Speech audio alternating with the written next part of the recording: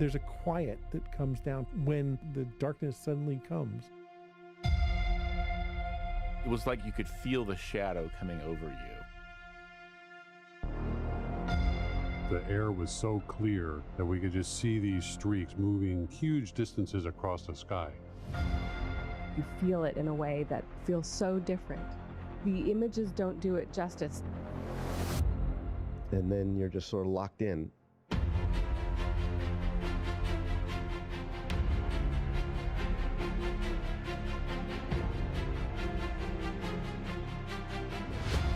When you experience an eclipse, you feel that connection with space. Oh my gosh!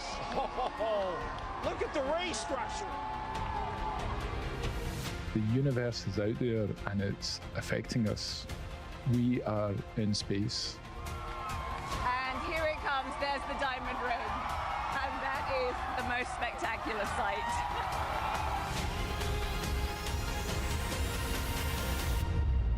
If you haven't seen it, you haven't seen anything.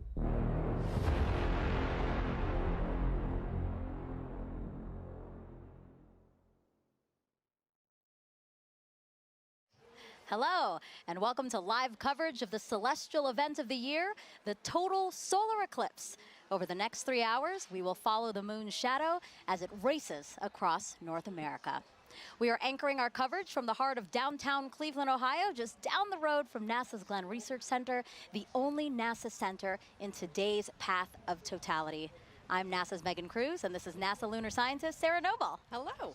Today, NASA and the Great Lakes Science Center is hosting this free outdoor event for the community to experience the total solar eclipse together. You saw that beautiful aerial shot that we just had opening the show. We're seeing it again here. As you can see, we have a great fun crowd here. Yeah, we've been watching the crowd build all morning, and you can really feel the excitement starting to come now. Yeah, absolutely. The watch item, of course, is the weather. Beautiful right now here in Cleveland. It's perfect right now. It's perfect, yes. We woke up to rain and it cleared, but I don't know what we're going to get this afternoon. Yeah, Sarah, you said that with a little bit of trepidation, and that's because it looks like there might be some cloud cover around the time of the total solar eclipse here, totality, but we'll see. All right, so on your screen now is the first look at the eclipse from Mazatlan, Mexico, one of the first communities the moon's shadow will darken today. Right now, you see we're seeing a partial eclipse of the sun right now, but if you look at the upper left-hand corner of your screen, we're expecting totality there in about an hour and 4 minutes. And we want to thank our team of telescope operators spread out across North America. Because of them, we will always have a view of the sun during this entire broadcast, which is really awesome. All the way from Mazatlan up to Maine. Yeah, a very large swath, and we have it covered the whole way through. Now, if you scan your QR code that you see on the screen here, it'll take you to a live stream dedicated to just those telescope views, and it'll also take you to a Spanish broadcast of today's eclipse, and that starts at 1:30 p.m. Eastern Time. And Sarah, as you know this, all of the telescopes used for this broadcast have special filters on them, and those protect the operator's equipment and also the operators themselves, because if you view the eclipse without the proper protection, then it can severely damage your eyes. Yeah, that's right. We want everyone to enjoy the eclipse today, but we want them to do it safely. Right. So how do you do that safely? Well, you should be shielding your eyes with eclipse glasses like these. Hopefully you bought them from a reputable source and that they have a special rating on them, and this rating means that the lenses meet international standards to protect your eyes from the sun's bright light. But Sarah, you can remove the glasses during totality, That's correct? right. If you're lucky to be in the path of totality, you can, for those, that short amount of time that you're in 100% totality. 99% totality doesn't cut it. Right, exactly. 100%, nothing less. Now, if you don't have eclipse glasses, you can enjoy it indirectly with tools like pinhole projectors. And if you want to make one with us live in about 30 minutes, just grab a sturdy piece of paper or cardboard and a thumbtack or other sharp pin. I'm going to use my NASA pin for when we make it. All right, so Sarah, what are we expecting today? What is a total solar eclipse? So total solar eclipse happens when the Earth, the moon, and the sun are so perfectly aligned that the moon completely blacks out our view of the sun. And does that happen often?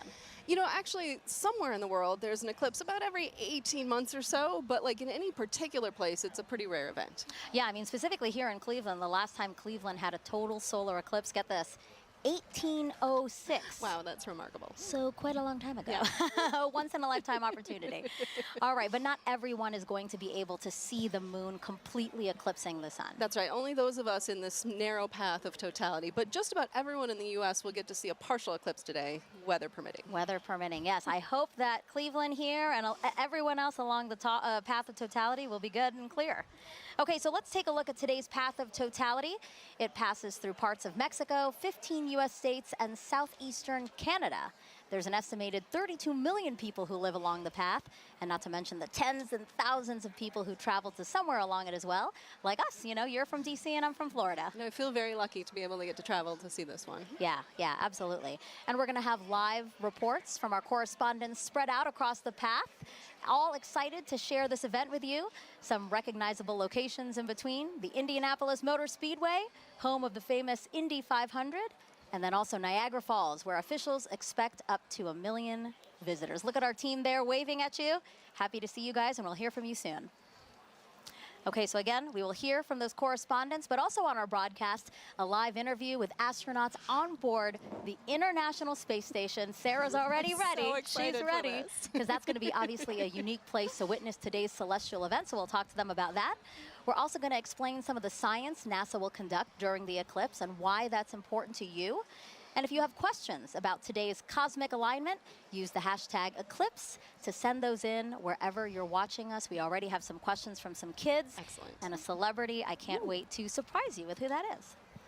All right, in addition to NASA's Eclipse event here, there are plenty more in communities across the country, so why don't we take a look at some of them now.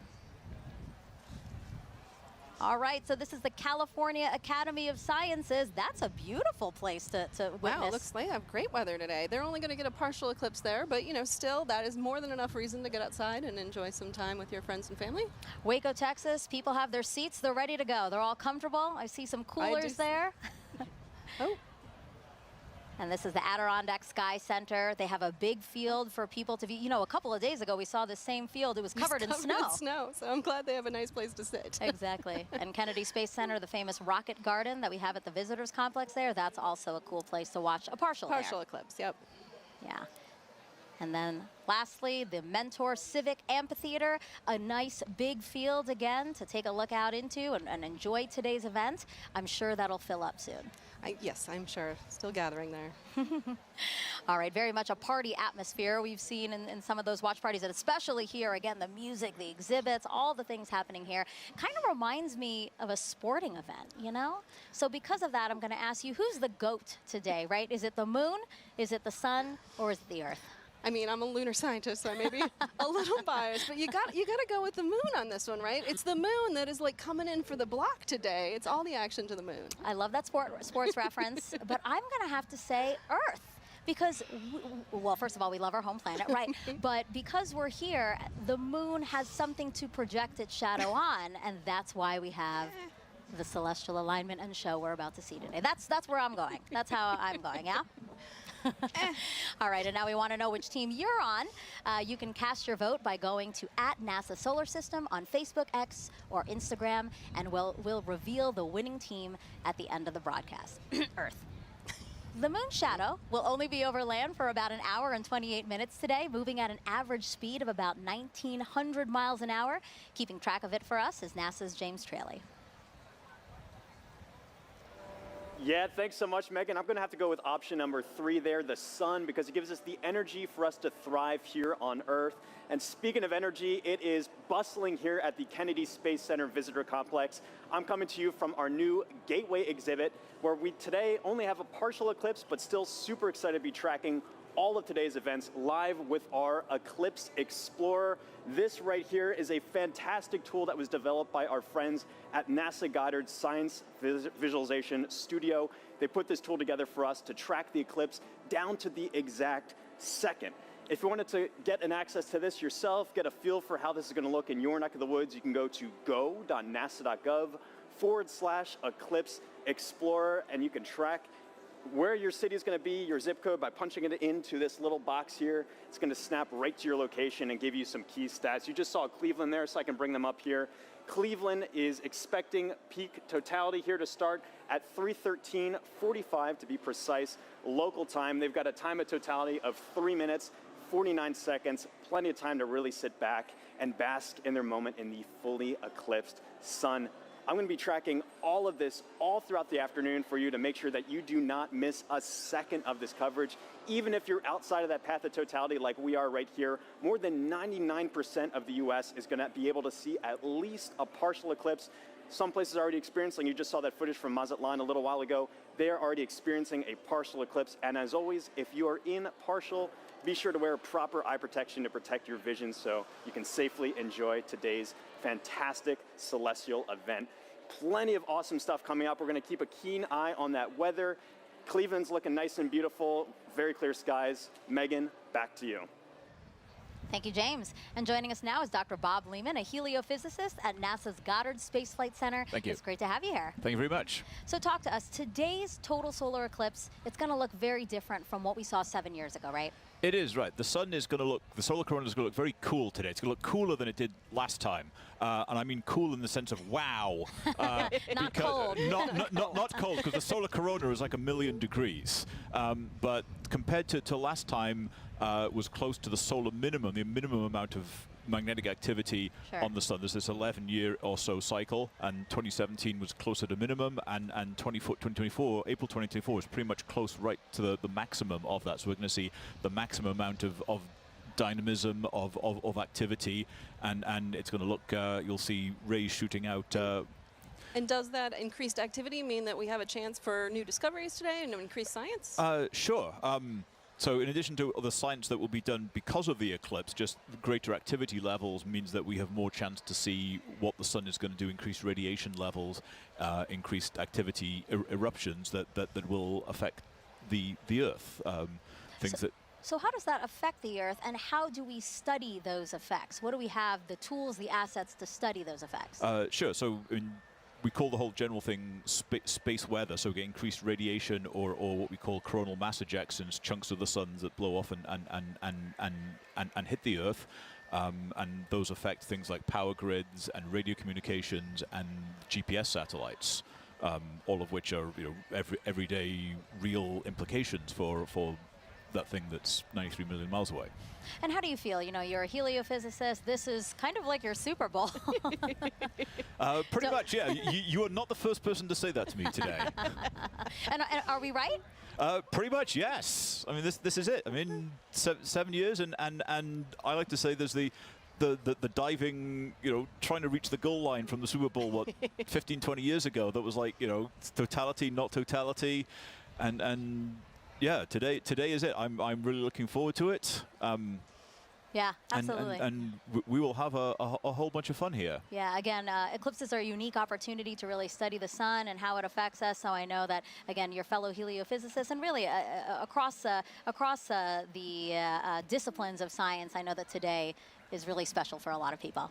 It is, yes. Thank you, Bob. I really appreciate you being here. Thank you so much. All right, it's time now to check in with our first team along the path of totality. Here is Tahira Allen in Kerrville, Texas, a city so lucky it gets a solar eclipse twice in a single year. Thanks, Megan, and welcome to Kerrville, Texas. I'm Tahira Allen with NASA Communications.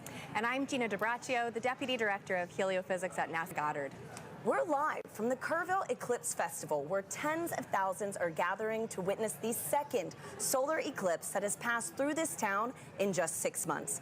Now, this is incredibly rare, and people have traveled from all over the world to share in this spectacular moment right here at the crossroads of the eclipse. Now, Gina, we were lucky enough to be here last year for the annular solar eclipse. How does it feel to be back?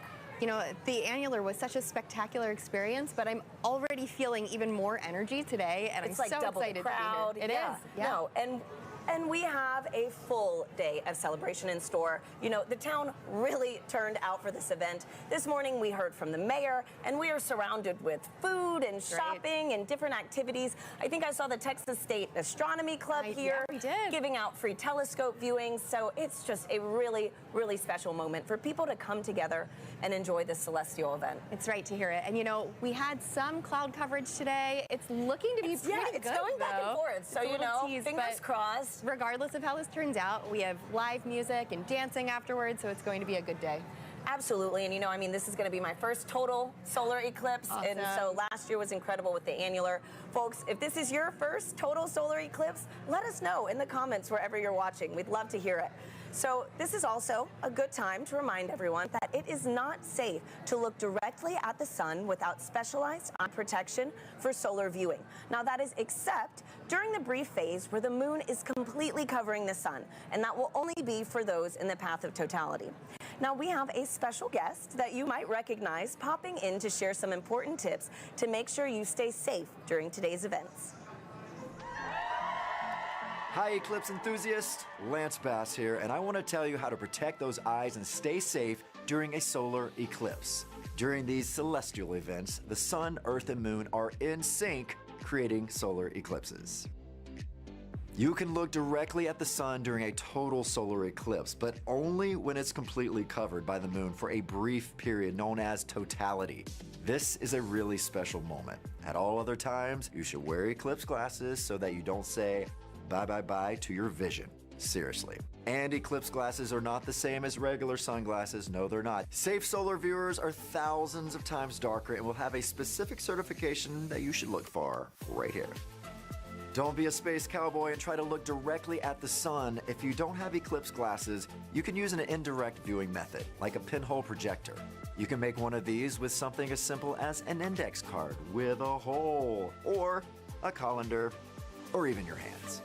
With the sun at your back, you can safely project an image of the sun through the hole onto a nearby surface, like the ground. It's gonna be me who is wearing my eclipse glasses, and so are you. Now, you can't have an eclipse without the sun, the moon, and the earth. And as you heard from Megan and Sarah earlier, we've been hosting a friendly competition to see which one of these three teams that you're siding with today. Now, Gina, I feel like it almost goes unsaid here, but I have to ask. I don't want to assume. Which team are you repping today? You probably were going to guess sun. Oh, Team Sun. Who would have thought? You're right. No. So heliophysics, it's the study of the sun and its influence on everything. And it impacts all of our planets. And today, the solar corona is stealing the spotlight of the show. So Team Sun for me. I guess it really is the star of the show today. But you know what, Gina? I think I'm going to have to be a little bit biased too. Okay. So International Observe the Moon Night, which is NASA's annual celebration of all things moon, actually falls on my birthday this year. Okay. So I think I'm having a little bit of a lunar connection. All right, Team But Moon. for those watching, if you haven't joined the fun yet, you can vote for your Eclipse team on NASA's Solar System Facebook, X, and Instagram. We're going to be sharing those poll results throughout the show, so be sure to go vote for your team. Now, also during the broadcast, you can send us questions using hashtag Eclipse on social media. We have teams standing by online to answer, and we're going to be taking some of those questions live on today's show. Now, speaking about taking questions live, Gina, we actually had some kids send in videos before today's show. Oh, nice. So let's roll one of those right now. My name is Jonathan. My question is, will NASA do any experiments during the solar eclipse? Thank you. Oh, great question, Jonathan. Now, we have a bunch of different experiments that will take place during the eclipse today. So first, we're trying to study the solar corona. So we have NASA's WB-57 high-altitude research jet flying across the path of totality, taking pictures of that upper atmosphere of the sun, that corona, so that we can learn its composition, why it gets to be heated to extreme temperatures. But we also care about the eclipse's impact on Earth and the upper atmosphere. So we're launching 3 sounding rockets up into the atmosphere before, during, and after peak eclipse so that we can study how the atmosphere is changing as well. So, you know, we're studying it with a plane, we're studying it with rockets. Exactly. Any other way? You know, we have balloons, science balloons that are going up too, and we also have different ways that the public will be able to get involved in some of these experiments too. Thanks, Gina. And I actually have a great follow-up question to this. This is from Lisa on Facebook, who wants to know more about the sounding rockets. So they ask, why is NASA shooting rockets into the moon's shadow during today's events? Okay, let's talk more about the sounding rockets because they are a lot of fun. So the first sounding rocket will be 45 minutes before peak eclipse, the next one during that peak eclipse, and the final one after, 45 minutes after. And that's because we really want to understand the difference in density and temperature and these different factors in the upper atmosphere, and really get a sense of how the atmosphere changes as the eclipse is coming and passes over. So we have all these rockets going up, and it'll be a good day for that. Great, and hopefully we'll get to see a replay of that later on in today's show. That's right. Now, folks, it is really special for us to be back here in Kerrville, Texas, covering today's total solar eclipse. Just last October, an annular solar eclipse passed right through this town. Now, for a location to be at the crossroads of these two incredible celestial events is rare. Let's take a look at how the community has been preparing in the lead up to this big day. Kerrville is the eclipse capital of the state of Texas. It is known as being the capital of the Texas Hill Country. It's the epitome of Texas. Ranches, deer, beautiful streams like the Guadalupe here. Kerrville is very welcoming. It's a wonderful community. Tight-knit, small. It has about 25,000 people. Kerrville is blessed to be in that special square, the annular eclipse in 2023 and the total solar eclipse in 2024. We're talking about crossroads, you know, we get it twice. Two eclipses right here, right where I stand. It's statistically extraordinary.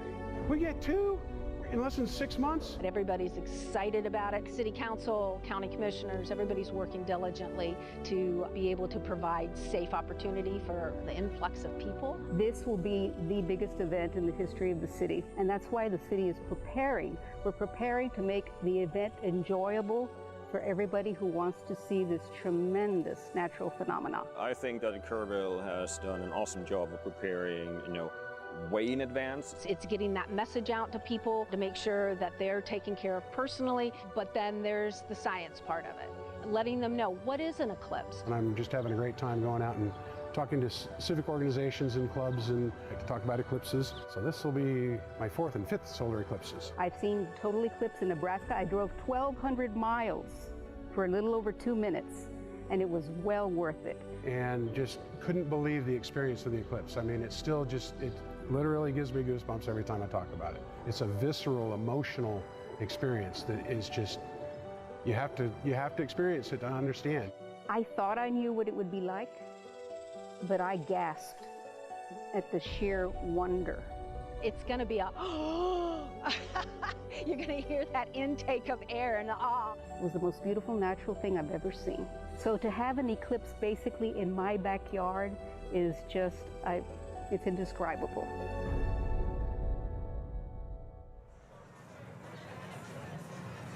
We're here now with Catherine Troach, a telescope operator with the Night Sky Network, who is giving us these high-definition views of the sun that you see in your screen right now, of the eclipse over Kerrville, Texas. Kat, thank you so much for being here with us. Thank you so much for having me, and let's thank the weather for cooperating finally. Right? Oh my goodness. Thanks, Kat. And so I'm looking at the telescope feed that we have, and we have first contact now here in Kerrville. Yes. Okay, so for people who want to become an amateur astronomer, what advice do you have? Where should they get started? The easiest way to get started is to look up Night Sky Network. Night Sky Network has over 400 astronomy clubs in the United States. You would just use our search function to plug in your city and find the club that's closest to you. And if you don't have a club that's close to you, you can use our coordinator tips to start your own astronomy club. Wow, that is awesome. And you know what? For folks, if you want some more details on the Night Sky Network and other things on how to become an amateur astronomer, you can visit go.nasa.gov/Night Sky Network. Now, a fun fact about today's broadcast that I absolutely loved learning was that so many of our telescope views that you're going to be seeing today are from amateur astronomers. And so, Kat, again, on this topic of, sky gazing, I heard that those in the path of totality might be able to witness more than just a total solar eclipse today. Could you give us a sneak peek on what we could expect? Absolutely. So if we have clear skies in the path of totality, as it gets darker, you'll start to see two bright points of light. That would be Jupiter and Venus. And then as we get to totality, you'll be able to see the fainter planets, Saturn, Mercury, and Mars. And if you're lucky, you'll be able to catch Comet 12P. Oh, what a crazy, cosmic alignment today, So, man. Great. So for the amateur astronomers that actually want to view today's celestial event, what tips do you have for them? So of course, you need to have solar protection, you need to have solar safe glasses, and you need to have solar filters for your telescopes, your binoculars, your cameras. But you can also use indirect viewing like a pinhole projector box, or you can use a disco ball. A disco ball? Yes. Wait, how does this work? Can you like walk us through this? So as the sun hits the mirrors and it'll cast a little reflection onto the surface here, you'll see little crescent shapes as the eclipse progresses. That is incredible. We need to keep that disco ball. Oh yeah. Right? No, seriously. So, Gina, didn't you say you could also use your hands That's at one right. point? You know, you can take your fingers and weave them together to let the light project through so that you can see the projection of the eclipse on the ground. Absolutely. There. That's fantastic. So a lot of different ways to be able to view today's event. There's no one wrong way to do it, unless you're just using to do it. Yeah, just do it. Just make sure you do it safely. Yeah. And so, Kat, too, you know, earlier you gave me a little reveal of your shirt. It is too perfect for today's show. You know, could you give our viewers a little taste? Sure, no problem. So if you know, you know. If you know, you know. Totality going on at the moment. Love it. Thank you so much for being here, Kat. Thanks you again for having me. Absolutely. And so now coming up soon, we're going to get our first views of the total solar eclipse as it begins in Mexico, sweeping across North America. We have correspondents all along this path who are going to bring you live into the action as it happens. First up, let's check in with Joy Ung in Dallas, Texas. Thanks to her and Gina. So welcome to the Dallas Arboretum and Botanical Garden. I'm Joy Ung, and as you can see behind me, we have a lot of people eagerly waiting for the total solar eclipse. It's so amazing to hear so many people talk about the sun and the moon, and what makes this day even special is that the eclipse gives scientists a really unique chance to do science. So to tell me more, I'm here with NASA scientist Dr. Ashley Greeley. Thank you so much for joining us. Hi, Joy. Thanks for having me. So firstly, how are you feeling about today? I'm feeling really excited. The skies are starting to clear out, and it looks like we might get a pretty good show. Fingers crossed. So earlier in the show, we learned that today's eclipse will look quite different from the 2017 eclipse. We're going to see more structures in the sun's outer atmosphere. So Ashley, can you tell me, why is that different? Why is the sun going to look different, and why is it changing? Sure. The sun goes through phases, which we call a solar cycle, that last roughly 11 years. And those are periods where the sun is less active and periods where the sun is more active. We're entering a time of solar maximum, which is really exciting because that means that the sun is more active. Its magnetic fields are more dynamic. We may see features here, such as streamers, which looks like little spiky wisps in the sun's atmosphere, which we call the corona, and then little prominences, which look like little pink arcs on the surface of the sun. Yeah, we're really excited to see this, and we hope that we'll see some really interesting features. There may be a little bit of asymmetry as well in the magnetic fields, and I don't know, I guess we'll have to find out in about an hour. So the sun is changing. So do those changes affect life on Earth at all? Sure, yes. The sun does affect life here on Earth. We have a term that we call space weather, which applies to the field of study of everything from the sun to the Earth and in between, and how that affects life here. We are fortunate that on Earth we are protected from things coming from the sun by our magnetic fields, which shield us from those explosions that come from the surface of the sun that we talked about. And those can result in really fun occurrences, such as the aurora. There can be some negative side effects, but those are mostly limited to things that are outside our magnetic fields. The storms from the sun can interfere with satellites, and it's something we really have to think about as scientists as we start to plan for putting humans on the surface of the moon or potentially sending them to Mars. Those energetic particles that result from the sun can impact humans, so that's just something that we have to learn about and take into account. So the sun is always there, of course, but why are eclipses a good time to study these effects called space weather? Yeah, eclipses are a really cool time for scientists to be able to study the sun. It's really hard to completely cover the disk of the sun in order to study the sun's atmosphere, especially that inner part of the atmosphere. We're really fortunate that here on Earth, our moon is just the right size and just the right distance from Earth that it can completely block out the sun's disk during total solar eclipses. So we're really able to observe that inner atmosphere in a way that we can't normally. So this event is really exciting exciting for both scientists and the public alike, and that's just such a cool experience to share together. Thank you so much, Ashley. So if you're lucky enough to be in the path of totality, keep an eye out for that sun's outer atmosphere, the corona, and you'll know that you see these spiky features, and it's because the sun is heading towards its most active phase. So for now, let's head to our friends in Russellville, Arkansas. Jasmine, how are things looking on your side? Joy, things are looking absolutely fabulous in a very sunny downtown Russellville, Arkansas. As she said, I'm NASA's Jasmine Hopkins, and I'm coming to you live from the Depot District, where the city is throwing a massive block party, all in celebration of the total solar eclipse. Now, people in Arkansas have great reason to celebrate because this is only the second total solar eclipse visible from the state since it was first established in 1836, and the next one visible from here won't happen for another 2 decades. So people around me are gearing up for what feels like a once-in-a-lifetime opportunity. Now, it's not just the residents of Russellville that are excited. On average, the city has about 29,000 residents, but for the past 8 months, they've been preparing to receive upwards of 100,000 tourists right here in the city. Now, of course, NASA has been a big part of that preparation, so to show you what we've been doing to help, I have a video here to show you. So we have been talking to the next generation of space explorers right here in Arkansas. We started off at Arkansas Technical University, and then we moved on to Russellville City Schools, where we spoke to hundreds of students all the way from 8th grade to 12th grade about this total solar eclipse. We had NASA's Marshall Space Flight Center, the Arkansas Air National Guard, the U.S. Space and Rocket Center, and even the Paris Observatory joining us all the way from France.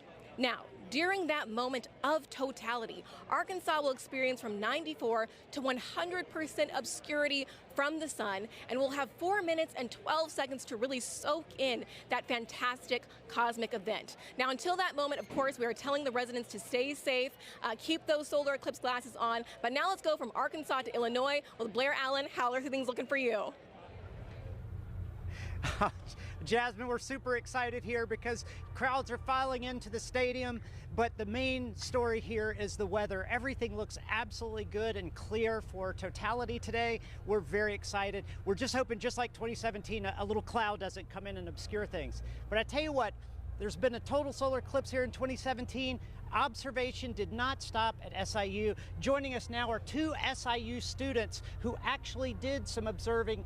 This is Callie and Paige. Now, Callie, I know that you guys went to Australia in 2023 and you observed the totality using an interesting technique. Can you tell us about that? Yeah, so when we were in Australia, we used a sun funnel to view it, and what it does is it projects basically what the telescope is seeing onto a film. And so a sun funnel is just basically a funnel with 2 hose clamps and rear projection film, and it just projects the sun, and we actually captured a picture of totality as that eclipse was happening. And it's pretty cool because it allows other people, instead of having to go through the eyepiece, you get to see it. Pretty impressive. Now, Paige, you guys are going to do some observation today. What are you set up for here in Carbondale today? Yes, so we have 2 telescopes set up with the sun funnels for viewing for a select view of the public, and right now we're pointed at the sun and we're excited to see totality. Now, what are your odds on good weather? It's looking pretty good. I'm excited. Isn't that great? I'm so excited. I tell you what, one final question, because I know you're experts with solar safety, but Team Earth, Sun, or Moon? We're both Team Moon. Team Moon, Team Sun. I tell you, that's the best you're going to get, but we're all pro Eclipse. Back to you, Tahira. Let's go Team Moon. So, as you can see, folks, we've got a lot of exciting things in store all across this country, and that was only half of it. You're going to meet three more of our locations later on in the show. Now, Gina, we've got a ton of questions coming in online right now from our viewers. Yep. How do you feel about some Q&A? Let's answer some. Okay, perfect. Let's do it. So our first question is from Fair Cerritos on Instagram, who wants to know, how can I help NASA? You can help NASA by participating in the eclipse. If you can see it today, go outside, enjoy the moment, or download the Globe Observer app. You can do that right now before the eclipse crosses your path. You need a thermometer, and you just record the local temperatures and the cloud coverage. Fantastic. Globe Observer app. So thank you so much, Gina, and thank you to everybody sending in those questions. We'll take some more later on throughout the show. For now, let's check back in with Megan and Sarah in Cleveland, who are standing by with an out-of-this-world surprise. Yes, quite literally that, Tahira, because we have a special treat for our viewers right now, joining us live in space, 250 miles above the Earth in the International Space Station. Everyone, please help us welcome NASA astronauts Jeanette Epps and Mike Barrett. Sarah, you've been waiting. I'm so excited. For this. Oh, there they are. Hello, everyone. Oh, Jeanette, Mike, thank you for joining us. It's a pleasure to join you guys, and I hope everybody appreciates NASA scheduling this eclipse to bring the world together. Yes, thank you so much to NASA, and thank you so much for joining us. Now you guys will have 3 opportunities to view the moon's shadow over North America, and that last pass will give you guys the best views. And we hope to also share those live views with everyone here on this broadcast around 3:30 p.m. Eastern Time. Now, Jeanette, I have 2 questions for you. Are you looking forward to being one of the few people seeing today's total solar eclipse from space? And 2, I know your crew member Matt Dominic will use a camera with a solar filter to photograph the sun being eclipsed by the moon. Will you also be taking photos of the celestial alignment?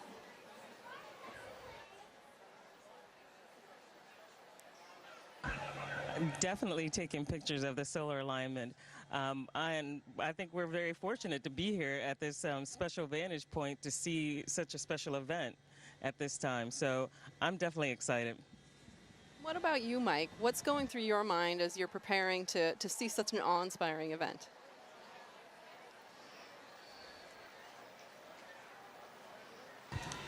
Well, admittedly, I'm a bit of an eclipse junkie. You know, my first one was like when I was 19 with the homemade telescope in the desert, and a few since then. And actually, during the 2017 eclipse, I was on a chartered aircraft several hundred miles off the coast of Oregon watching it. And I got a strange bucket list, and this is one of the things that's on it, to actually watch an eclipse shadow cross the Earth from space.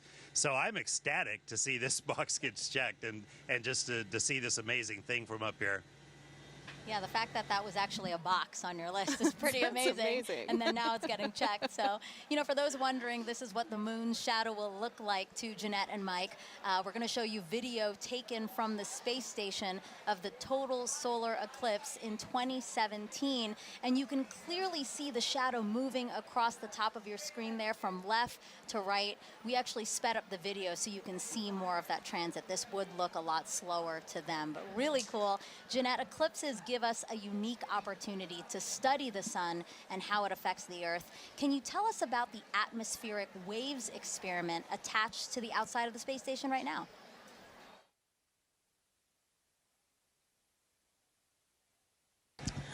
Sure. We have an atmospheric wave experiment that's going on now, and what it looks at are these atmospheric gravity waves. And these waves transport energy and momentum up through the climate system. So with the imager on the atomic wave experiment, we're going to look at how these atmospheric gravity waves impact our Earth's climate, how it can impact our space and global and all of our comms, how it can affect our navigation system. And so over the next 2 years, researchers will use an infrared imager to look at the global distribution of these waves as well as their characteristics.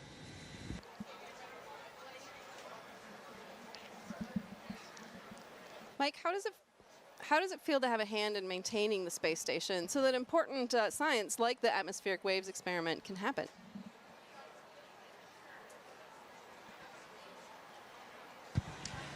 Well, of course, the main reason we're up here is actually to conduct that science. We maintain the station to keep this platform what it should be, what it was built to be, which is a vibrant laboratory, which covers so many different disciplines on the inside and the outside, like the gravity waves experiment.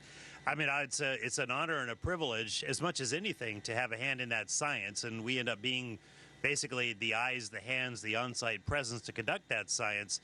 And we get to be the first to see results of just amazing things that are years in the making by a bunch of really smart, ambitious scientific teams on the ground. So that's really where the joy is. Maintaining the station is just like maintaining a research ship, something I actually quite like. So I feel very much at home in that role. It's still blowing my mind. I mean, we're here in Cleveland, Ohio, live. You guys are up in space in the International Space Station. I can't believe the opportunity that has been afforded to us, and I hope our viewers really enjoyed this time with you. And I hope you enjoy the show from up there.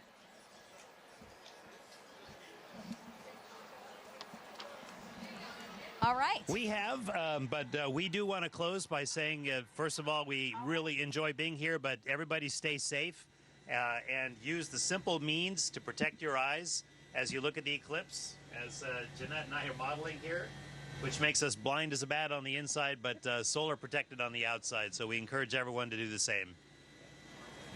Really great advice from both of them. Thank you so much. Sarah and I have our glasses, right. and we're We ready, are ready to go. too. Also blind if we don't do this.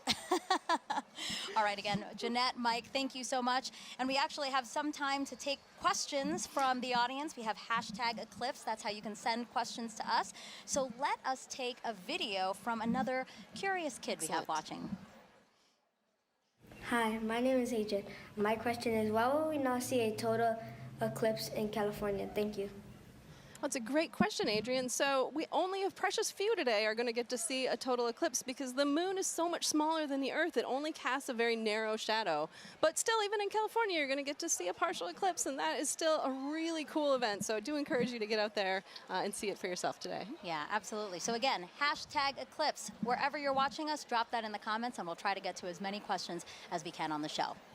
Okay, so we have, obviously, people celebrating with us online and at events across the country. So why don't we check out some of those events again now? Waco, Texas again.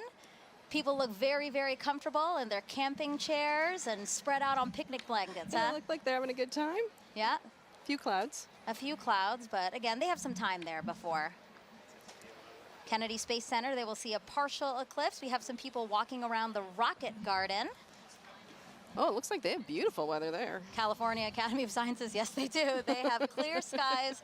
We're very, very jealous over here. And then the Mentor Civic Amphitheater that's starting to fill up. Exactly. There were fewer people when we checked in ago, but now lots of people there and lots of people at the Adirondack Sky Center. I wish I could wave and say hello. They look like they're getting ready for some stuff, though. Yeah, absolutely. They got a Again, the little time to snow wait. cleared out because there was snow over the weekend, but now it looks like a beautiful, probably still crisp day there for them.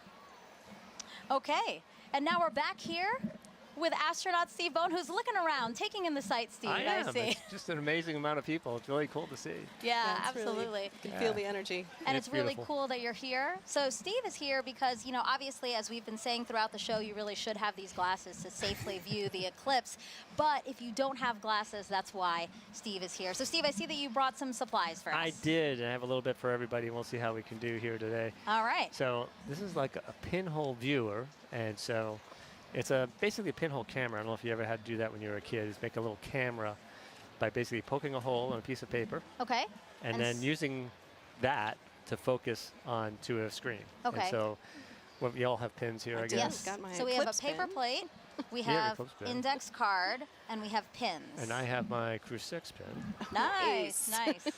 All right, so what do we do, Steve? Basically, all you have to do is poke a hole in the cardboard. Okay. And the sides of the hole will determine the focal length, the focal distance of your viewer. And it Okay. has to be big enough that the light will come through. And it's sometimes hard to do if we don't have like direct sunlight. So you want to make sure you have a big enough hole. I think Okay. that'd probably be enough. Yeah. And then what you'll end up doing, if we had the sun, you could basically over your shoulder, don't look at the sun. Sun behind us. Sun behind us. Yes.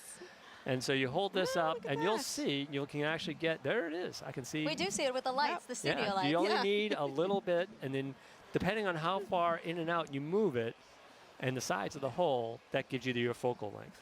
Got it. Just like a lens. And basically, like we're saying with the studio lights, if something were to pass over the studio lights, that same shadow essentially would be projected through Absolutely. the index card right now. And that's how you safely watch it. That is a good, safe way to watch it. There's a lot of other ways to see it as well.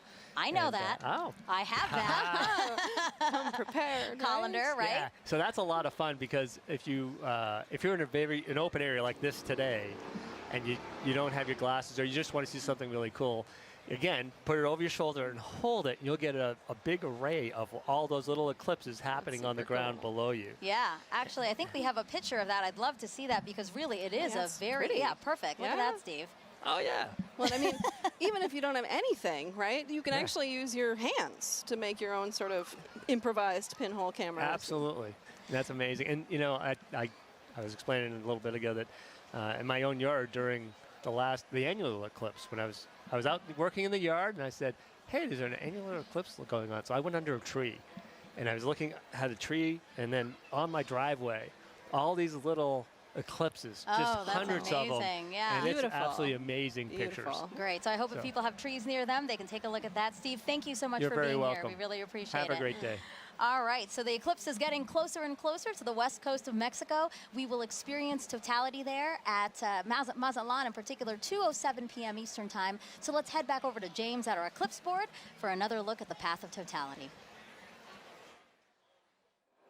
Yeah, thanks so much, Megan. A lot coming up very soon, and make sure you know exactly when to go outside to observe that totality if you're on our path, or even right now if you're experiencing a partial eclipse. I've got in our Eclipse Explorer here, I can zoom out just a hair here to show you this. I've got our penumbra on, so this is all the places inside here already experiencing a partial eclipse. You've been seeing some great feeds from our camera in Mazatlan, Mexico. They've been experiencing that kind of crescent sun for a little while now. They're just about 20 minutes out from actually experiencing totality itself. They're going to have a long window where they are 4 minutes and 17 seconds. For some context, back in 2017, the last eclipse that swept across America, the longest time was only around 2 minutes and 40 seconds. That was in Carbondale. This time around, some very long times, just a little bit northwest of Torreon, Mexico. They're going to get upwards of 4.5 minutes. A lot of time to really observe it, but just make sure that you know when to be outside. And as always, access that tool at go.nasa.gov/Eclipse Explorer. This is going to keep moving on. You see this little thing. I have this actually running in real time. This is our shadow of totality. This is going to continue to move further and further to the northeast and actually make landfall in just a few moments in Mazatlan, Mexico.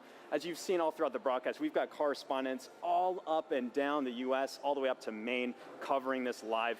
Very excited to continue tracking this. Make sure you know what's going on here. But for now, back to you, Megan.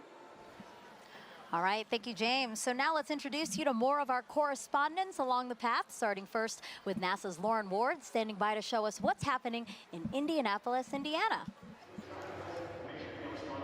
That's right. Thanks, Megan. We are at the Indianapolis Motor Speedway in Indianapolis, Indiana. It is a gorgeous day. Behind me, I have over 50,000 people here to spectate today. Today, we are waiting for a spectacle that is of a celestial kind. Of course, this is most known for the Indy 500, but we are waiting for something a little bit special today. With me, I have the 2016 Indianapolis Motor Speedway winner, Alexander Rossi. Good to see you. Good to see you. Thank you so much for having me. It's great to have you. So the Helio Big Year is a celebration of sun science and how the sun touches everything, including IMS. So tell me, the track when you're doing a qualifying round is about 4 minutes long, which coincidentally is the length of totality. So tell us, what is it like being on the track? You know what? The sun plays a huge role in determining the performance of the car based on the track conditions. So we actually, when it's a day like this, as much as it's beautiful for the fans, it's actually very difficult for us as drivers, because as the surface heats up, the oils come to the top of the asphalt and it actually becomes slippier. So that's surprising to people. They think that temperature would mean grip, but it is until a certain point. And then once it kind of crosses over 100 degrees on the surface, you start to actually go the other way. Wow. And tell me about those tires. How does the sun affect those? So we use slick tires. So Firestone tires are slick. On a road car, you have tread, right? Because they're supposed to be used in all conditions. Slick tires actually have a bigger contact patch, more surface area, so they generate more grip at a temperature, right? So they operate between 180 to 230 degrees Fahrenheit. Again, the sun is good until a point. When they go over that 230 degree mark, you start to lose that grip again. Ooh, all right. Well, we have a little competition going on today. We're trying to determine whose big day is it. Is it the sun's, the moon's, or the Earth? So my question to you is, are you Team Sun, Team Moon, or Team Earth? That's a hard one, but I'm going to go Team Earth. You know, I just think we're so lucky, especially today with the people that are around us here, to be able to witness what we're about to see. Go Earth. Go Earth. You heard it here first. All right, guys, thanks. We'll be back here. Daryl in Niagara, over to you. All right, thank you very much, Lauren. Just 500 miles northeast of you, we are here at Niagara Falls, right next to the Niagara River. This is a special location for a lot of people because it is a once-in-a-lifetime opportunity to see a natural wonder set against a celestial one, the solar eclipse. And so let's talk first of all about the natural wonder, and it all starts right here. Look at this massive river and the amount of water that's moving through here. 500,000 gallons of water, 500,000 bathtubs actually going over the falls at every 60 seconds. It's tremendous, the flow here. It interacts with the air, it hits the rocks, and it also, you know, it flows up a mist column that is omnipresent. This is always here. So one of the things that eclipse watchers want to see is, how does it interact with the light? Will we have a pink rainbow because only prominences from the sun will be seen and they're pink? We'll have to see about that. One thing we do need is a little bit better cloud clearing around here because we do have some cloud cover. But that's okay. People who have gathered here are excited and they're hopeful that it will clear. Who's here? Well, I want to show you our camera from about 500 feet away. Look at all my friendly eclipse watchers. Are you guys ready for an eclipse? Yeah! Whoa, I love the energy. We could use this energy to blow the clouds out of here. As our camera backs out, you're looking at Terrapin Point, and this is the lawn here.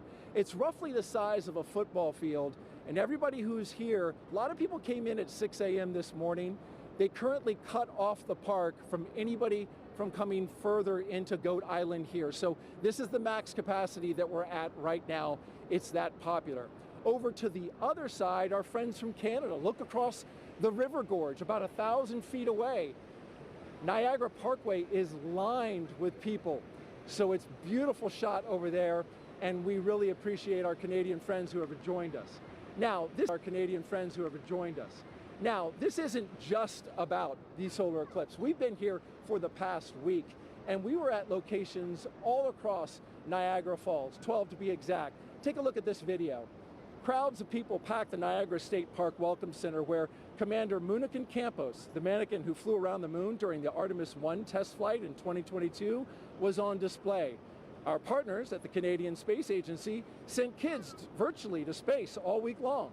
And NASA experts from the Kennedy Space Center gave presentations and talks at places like the Niagara Aerospace Museum and libraries across the area.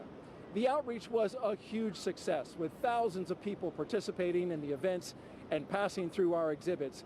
And we just want to thank everyone who came out to see us at all our locations, and we hope you left a little inspired about space exploration and a little wiser about all NASA's missions.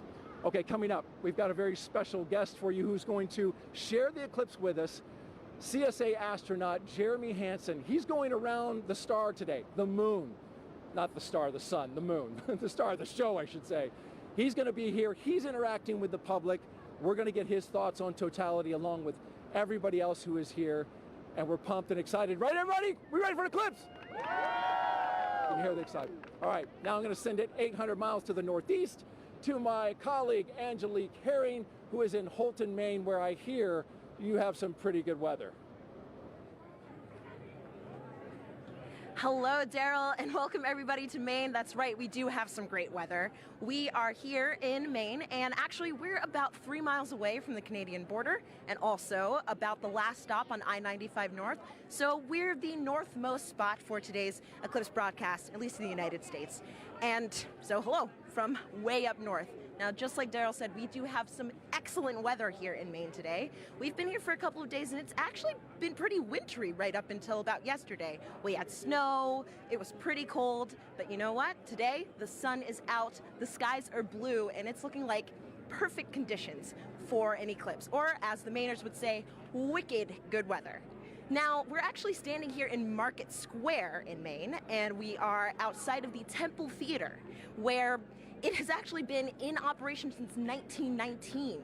Over the last 150 years of its operation, it's seen everything from silent films to burlesque shows, and today, it's got a more celestial show with the eclipse.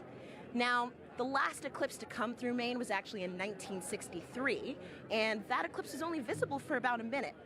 In contrast, today's eclipse will be visible for at least just about 3 minutes or so, so everyone here is going to have a lot of time to take in the celestial show, really soak in the event. And the next eclipse won't be coming through Maine until 2079. So makes a lot of sense that we've got a lot of people here really excited to see this once-in-a-generation opportunity and event. We're all excited. I know everybody here is excited. So we'll be here waiting for the moment that we've all been waiting for, the eclipse. With that, back over to you, Megan.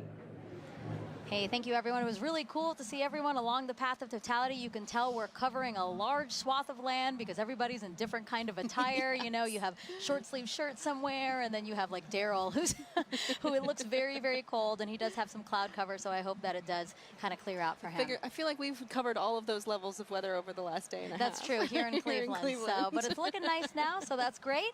And actually, if you were watching our screen here, we just had a view of the eclipse in Mazatlan, Mexico. In about 10 minutes, that's when we'll start seeing totality in that area. And in that time, the U.S.'s top doctor is encouraging everyone to try and watch the celestial event for our physical and mental well-being. Hi, everyone. I'm U.S. Surgeon General Dr. Vivek Murthy. I'm thrilled to be joining you today as you gather to experience a truly awe-inspiring event, the last chance that we'll have to see a total solar eclipse in the contiguous United States for the next 20 years. The sun is a universal source of light and life. It contributes to our physical, mental, and emotional well-being, and it unites all of us.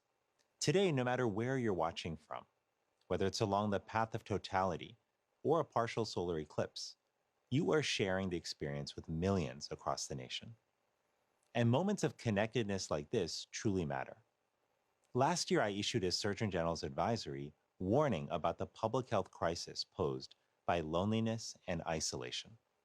I shared that our connection with one another is a powerful force that can help protect against the damaging physical and mental health impacts of loneliness. What better reason is there to come together with friends and loved ones than to share a once-in-a-generation experience like the solar eclipse? This is an experience that will stay with you, precisely because of the awe that it inspires. Awe allows us to step outside of ourselves, giving us fresh perspective and opening us up to connections. So grab your eclipse glasses and let's enjoy this moment together. Some great advice. Thank you so much. All right, we have time for other #Eclipse questions. Sarah, are you ready? I am absolutely ready. All right, let's take a look at this video from a familiar face. Hey everyone, I'm Scarlett Johansson, and I play a NASA Public Affairs Director in the new film, Fly Me to the Moon. I hope everyone is safely enjoying today's eclipse. I actually have a question about the moon for NASA. So during a total solar eclipse, I've heard that craters and features on the moon play a role in what viewers see on Earth when the moon blocks the sun. So why is that? Question, Scarlett. So yeah, as we, the moon isn't a smooth marble. It actually has big, high mountains and valleys, these craters.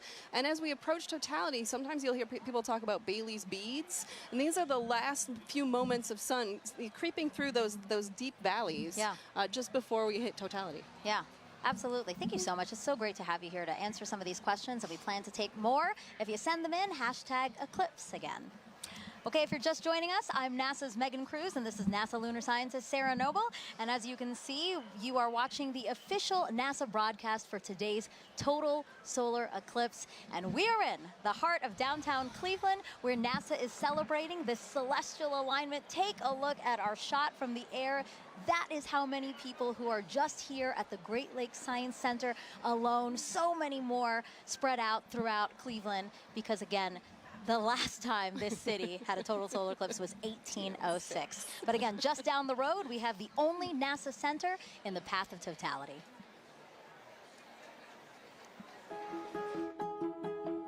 When it comes to NASA, I think a lot of people initially think of rocket launches in Cape Canaveral or astronauts floating above the Earth in the International Space Station. But there's a lot of research and engineering and testing that needs to happen before anything can fly. And we have those capabilities: supersonic wind tunnels, microgravity drop towers, vacuum chambers, and a research aircraft hangar. And that's why people from all over the world come to NASA's Glenn Research Center right here in Cleveland, Ohio. What we work on, power, propulsion, communications, you need it for anything that flies.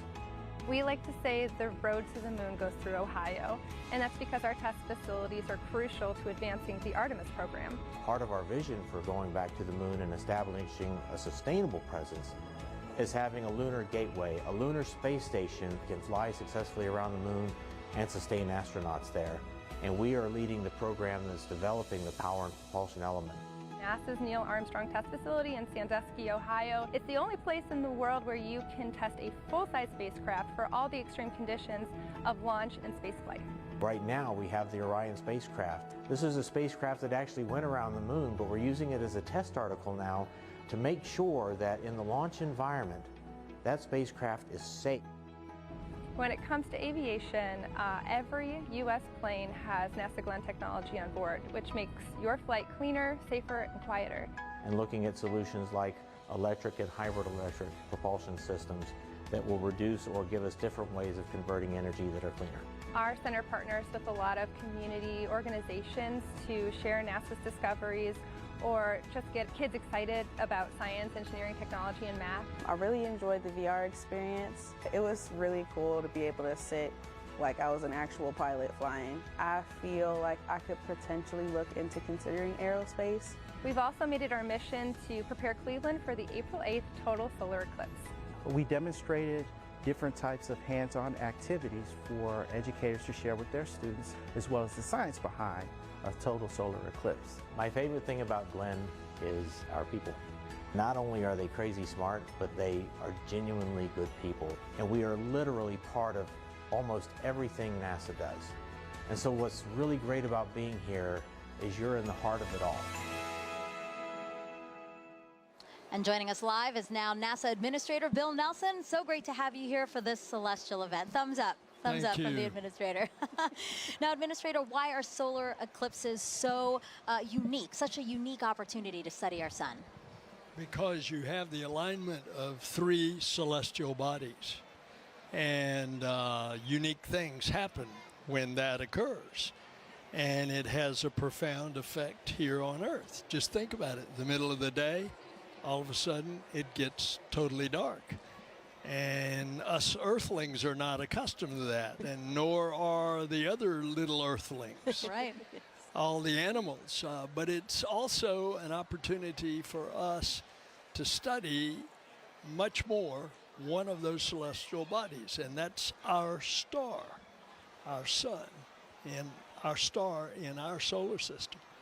And we can find out more about that gaseous explosion that's coming out from the core of the sun when we can see it better. And we can see it better because we're not looking at the bright ball.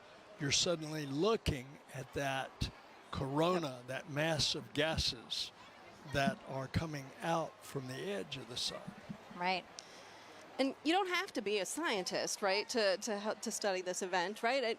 How do we get help from people across the country to help us study these things? Well, by asking them. Make a note of anything that you observe and then share that with us. All right, Administrator, you know, we have to take precautions when viewing a solar eclipse. Remind everyone what we should be doing today. Okay, you've got some glasses. That's right. That's right. The glasses are all ready. Absolutely essential. You want to put these on as it is starting to have that moon move in front of the sun, and we don't want you to damage your eyes. Right. Yep. And it's incredible. You put these glasses on in the normal sun of the day, you can't see a thing. Can't see a thing. But when you look at the sun, you will be protected. Administrator, thank you so much. We really appreciate your time here. And now we're going to head it back over to James at the Eclipse board. Whew, yeah, the countdown is on. Just a few moments left until the eclipse makes landfall in Mazatlan, Mexico. Right here, you can see where that eclipse totality shadow is right here. It's going to continue moving very rapidly onwards to Torreon, where we also have a live feed covering all of this event. Super excited for that big moment. And let me actually just go to our moon board here, and we can play through this at 60 times speed. I'll zoom in a little bit here. And Scarlett Johansson had a question a bit earlier about the kind of rippling effect that we see of the eclipse shadow. When you first see this right here, at first glance, you might think it's low resolution or we're lacking some kind of information here. The inverse is actually true. This is actually incredibly high resolution, this shadow projection that we have, because of data that we've been gathering at our moon for more than 10 years, thanks to an orbiter called the Lunar Reconnaissance Orbiter. It's been mapping our nearest neighbor in incredible resolution, just really getting every single bit of valley or crater or mountain. All of those little imperfections on the moon are contributing to that shadow that we see rippling across the country. You're not going to be able to see that from the ground, but looking from space, you see that really cool effect of kind of the rippling there here. So let's just preview some things to come here. In Mazatlan, they have that last little crescent sliver of sun. For now, if you're in that area, make sure you keep your glasses on until that sun is completely blocked out by the moon. That's going to be in just a few moments. You're going to have a long duration there, 4 minutes and 17 seconds. That sounds like a lot of time, but it's going to move like that. So make sure you are ready on the pulse. Again, for all of our locations up on this path of totality here too, make sure you set a timer on your watch or a phone or something to remind yourself to look outside and experience this. You don't want to miss this. If you do miss it, you got a long time to wait for the next big one across America. That's going to be in 2045. So make sure you're watching and watching safely here. You just saw some footage from Kerrville and Cleveland as well. It's a little bit cloudy in some places, really hoping that that clears out in time for us to have that beautiful view. But in just a few moments right here, this eclipse is going to be coming up in Mazatlan, Mexico. So for now, this is going to be really exciting. The countdown is on. So for Mazatlan, this is the last little bit here. Again, I'm always keeping an eye on that weather. And also one little note about our tool here too. If you wanted to see, this little icon kind of previews what the expected eclipse is going to look like at that given time. All these little googly eye features are clickable, hyperlinkable. You can kind of click on that. It'll snap you right to that exact time to get an idea for what it's going to look like in your neck of the woods. But for now, the big moment's coming up. Back to you, Megan. Let's check it out. All right, thank you, James. And as you can see, wow, we just have a tiny little faint sliver left of the sun in Mazatlan, Mexico. We are expecting totality in 1 minute and 35 seconds. You know, joining us now to walk us through this, Kelly Corrick, an astrophysicist from NASA's Heliophysics Division. Kelly, tell us about the science NASA is about to conduct right now in Mazatlan. So science that they're going to conduct is about the WB-57. So we're going to fly some planes over and make sure that we can actually see that solar corona, that hot atmosphere that's around the sun that we're about to get once we reach totality. Yeah, and it looks like it's almost there. Yes, it's almost there. You know, we have a view right now of inside the cockpit of one of the WB-57s, or at least we're efforting one, because as you said, this is going to be a huge part of what we do in Mazatlan.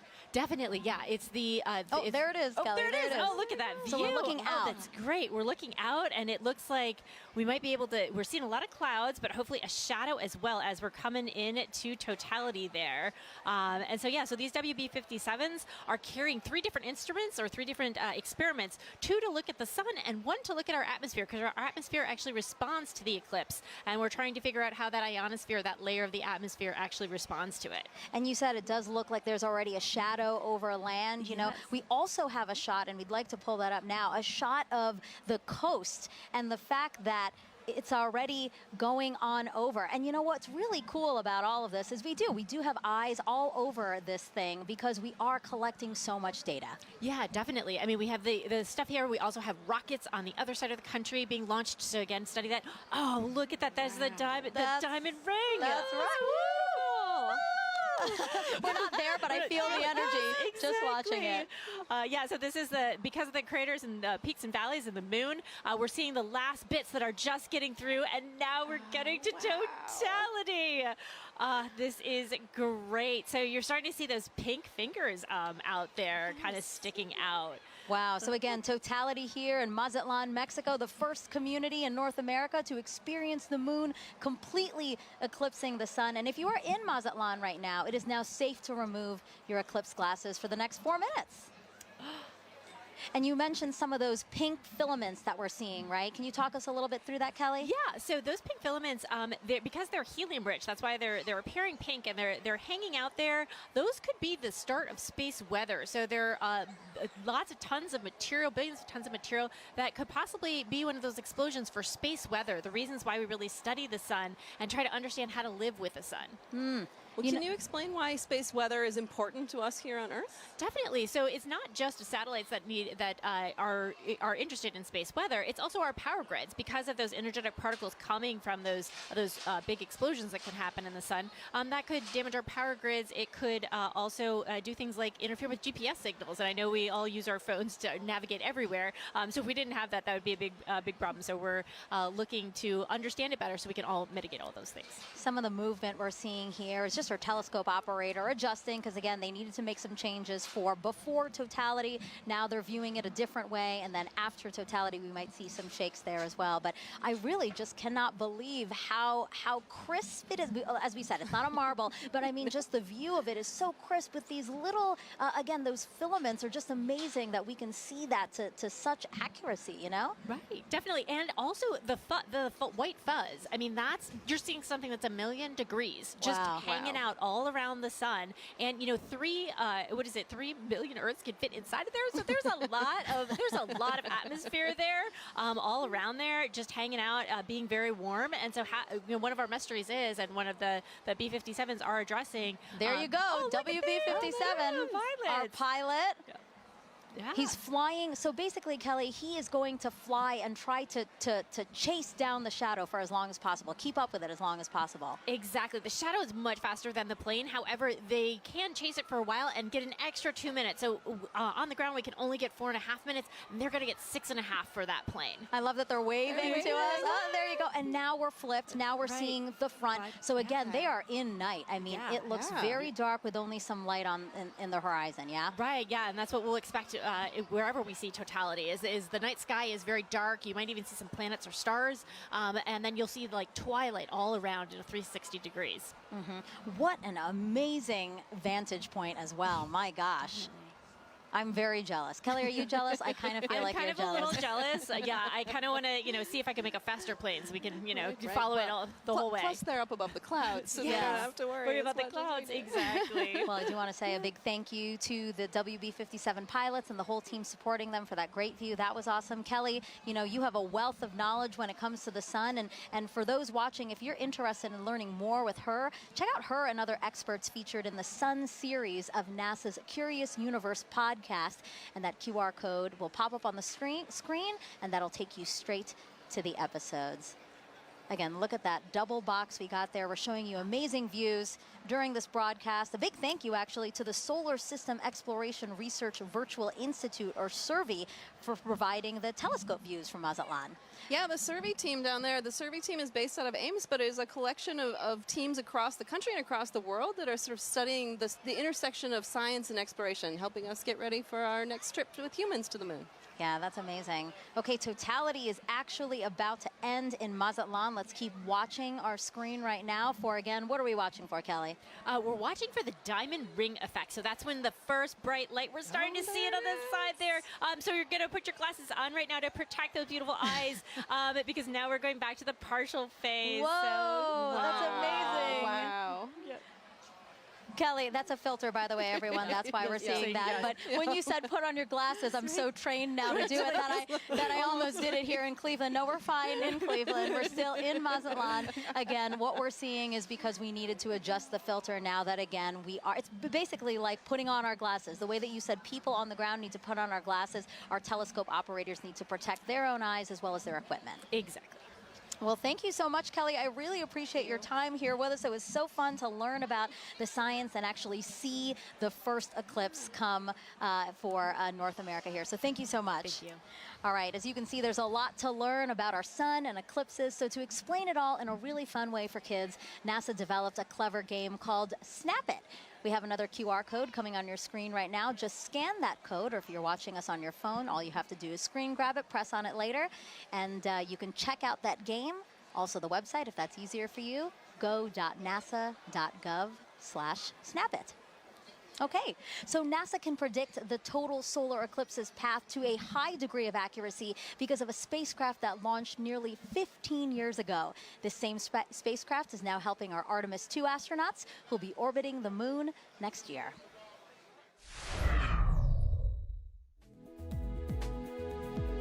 NASA's next step in establishing a long-term presence on the moon is sending 4 astronauts to fly around it with the Artemis II mission.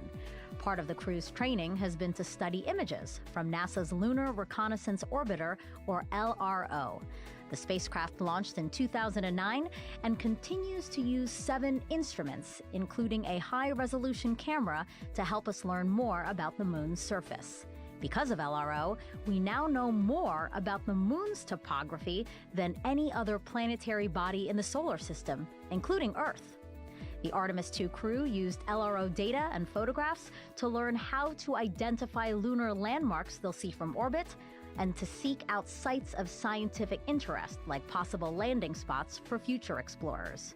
While helpful for planning Artemis missions, people back here on Earth also use LRO to predict the shape of the moon's shadow, or umbra, during total solar eclipses.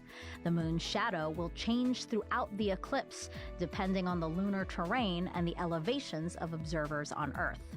People may even see what looks like an arc of solar diamonds around the moon as sunlight peeks through lunar features like craters. That's a look at your Artemis Moon Minute.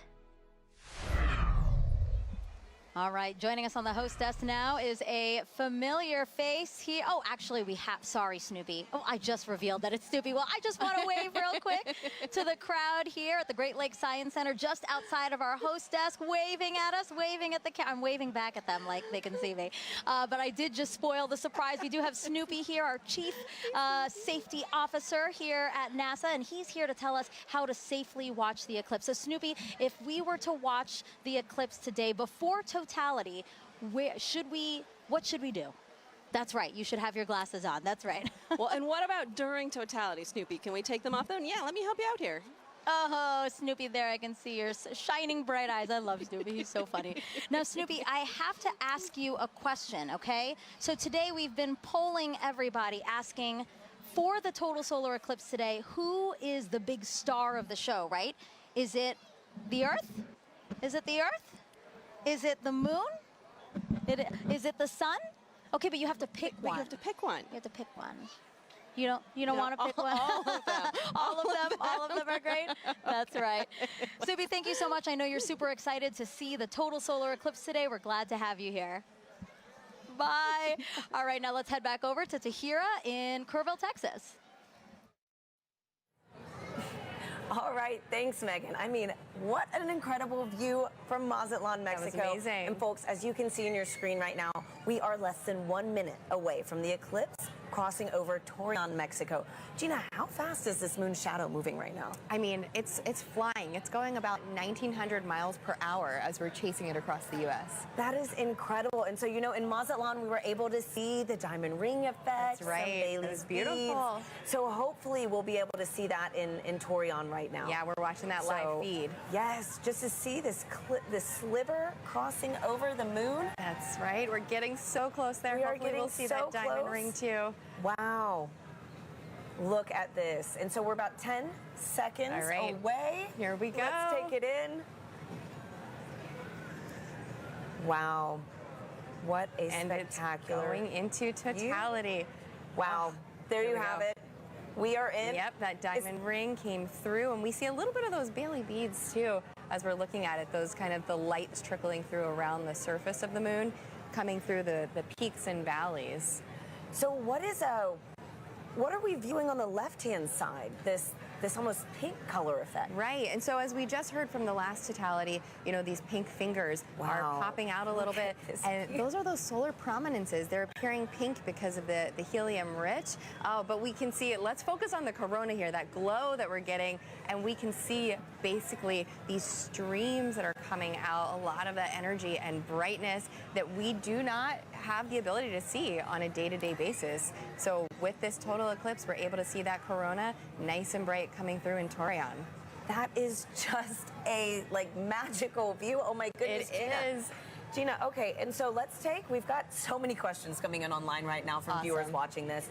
Our first one is going to be from Justin, who wants to know, right now we are seeing a pretty clear and spectacular view of a total solar eclipse. Yes. But Justin wants to know, what will it look like if it's clouded over? Right, so the view that we're getting right now, you won't be able to see that if it's clouded over, but you will have effects going on, right? You'll get a change in the temperature, so the temperature will drop. It'll still get darker as well. It's already getting dark here in Kerrville. I mean, we have some cloud coverage, right? Yeah. And we're feeling a little extra wind. It's noticeably darker despite the clouds that we have, so you'll get some of those environmental effects, even if it's cloudy where you are. And so a great follow-up, we've got Halloween Ghoul on YouTube who wants to know, again, will the temperature change during totality, which I know you mentioned that it will get a little bit cooler. Yes. But do you know about how many degrees we can expect? Yeah, it depends on the location, the humidity, multiple factors, but it can change by about 10 degrees or so, depending where you are, maybe even a little bit more than that. And, we're feeling a little chilly kind of where we're sitting compared to what it was earlier. And, I mean, I'm just staring at this view of totality that we have in Torreon. So we're about halfway through totality right now in Torreon, Mexico. And again, I know folks said that this is almost double totality than 2017, right? That's right. And so in 2017, we had a little more than 2 minutes. So we're lucky enough this time that we have over 4 minutes in some places too. This is so beautiful. And so our next question from Sibel on Instagram wants to know, why is the sun more active right now? So the sun is more active because we have an 11-year solar cycle. The sun goes from solar maximum to solar minimum, where it's changing its level of activity. Oh, and as you're seeing the screen, yeah, so I see in that the bottom right there, we can see that prominence extending out. And as we heard earlier in Mazatlan, that is potentially the beginning of space weather activity. So we're talking about solar maximum. If there's a time to see any of that space weather activity during the total solar eclipse, this is the time to do it. So let's watch that as we go through totality in our other locations too, and maybe we'll be lucky to see some of these features change for us. That is so beautiful. It is. And so Gina, too, how we're in a higher cycle. Solar cycle right now. How many years, is that fluctuation? Right. The solar cycle goes on for 11 years when it peaks in activity, and that's where we are, where the latest predictions are that we will reach that maximum sometime this year, and then it'll decrease in activity going back down to solar minimum. And so, Gina, I've got time for one more quick question from Christopher on X, who wants to know which other planets have the best eclipses. Oh, okay. Well, that's right. So eclipses don't only happen on Earth. Let's talk about Mars, for the fact that Mars does have eclipses when the moon crosses in front of Mars. Mars has 2 moons, and the rovers on the surface have captured images of those. But no other planet has a view quite like this, right? Nope, that is special for us. Just the distance and the size of the moon makes it such that it will completely block the sun as it's doing today. Wow. And you can see there's that diamond ring effect as we are coming out of totality in Torreon. What an incredible Wow, it's a bright one too. Look at that. That is a bright one. So is this a Bailey's bead, or? So that's going to be that diamond ring, just how bright it is. Bailey beads are a little bit smaller as they kind of bubble over the surface, but folks who are in that location should have those safety viewing glasses back on so that they can now view the partial eclipse that they are experiencing. Well, that is fantastic. And the next time we see this eclipse, it's going to be right here in Kerrville, Texas. So folks, the countdown is on. We've got about 10 minutes until we see this with our own eyes. You can hear people Yes, big moment right here in Kerrville. For now, let's check back in with Lauren at the Indianapolis Motor Speedway. Thanks to Hira. We are getting close to eclipse ourselves, but for now, we have a very special guest, NASA's very own Pam Melroy, Deputy Administrator and former astronaut. Pam, it's good to see you. Oh, it's great to be here. I'm so excited. It's very exciting. So what's it like being in Indianapolis for an exciting event like this? Well, it's a beautiful day here. And I love the fact that we're here with thousands of people in the Indianapolis Motor Speedway. But we're joining with millions of people around America looking up together to the sky. Absolutely. And tell me, is this your first eclipse? It's not my first eclipse, but it will be my first totality. I've seen several partial eclipses, but there's something mystical and mysterious and in some ways unifying about a total eclipse. And we're all going to feel it together. Absolutely. We could not have lucked out more on this weather today. So as a former astronaut, we know that sun science and space weather are very important to keeping our astronauts safe. What is space weather, and why do we care about it? What is NASA doing to study it? Yeah, that's right. It's actually very important. It is of concern for astronauts who are in space because they experience the radiation of the sun that comes from solar flares and solar weather. But the reality is it's also affecting life here on Earth. It impacts the upper reaches of our atmosphere called the ionosphere, which is an electrified part of our atmosphere that is a conduit for communications.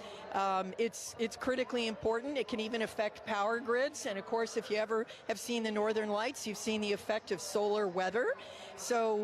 But really the focus for today is where that solar weather starts, and that's in the corona, the sun's atmosphere. It's very unusual, and we don't exactly know what's happening because the sun's atmosphere is millions of degrees hotter than the surface of the sun.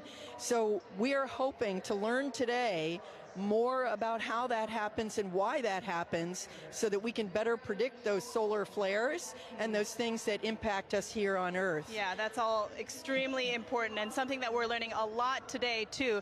Pam, thank you very much for joining us today. Thank you. As we've learned, solar eclipses are very important to learn for many, many reasons. We have radio telescope operators who are studying the eclipse today for this very reason. Let's take a look at that work. When the moon blocks the sun during a solar eclipse, there is a noticeable impact on Earth's upper atmosphere, known as the ionosphere. These changes can affect radio communications, including amateur radio, also known as ham radio. Ham radio is a way you can talk to people all around the world. You set up a radio and antenna.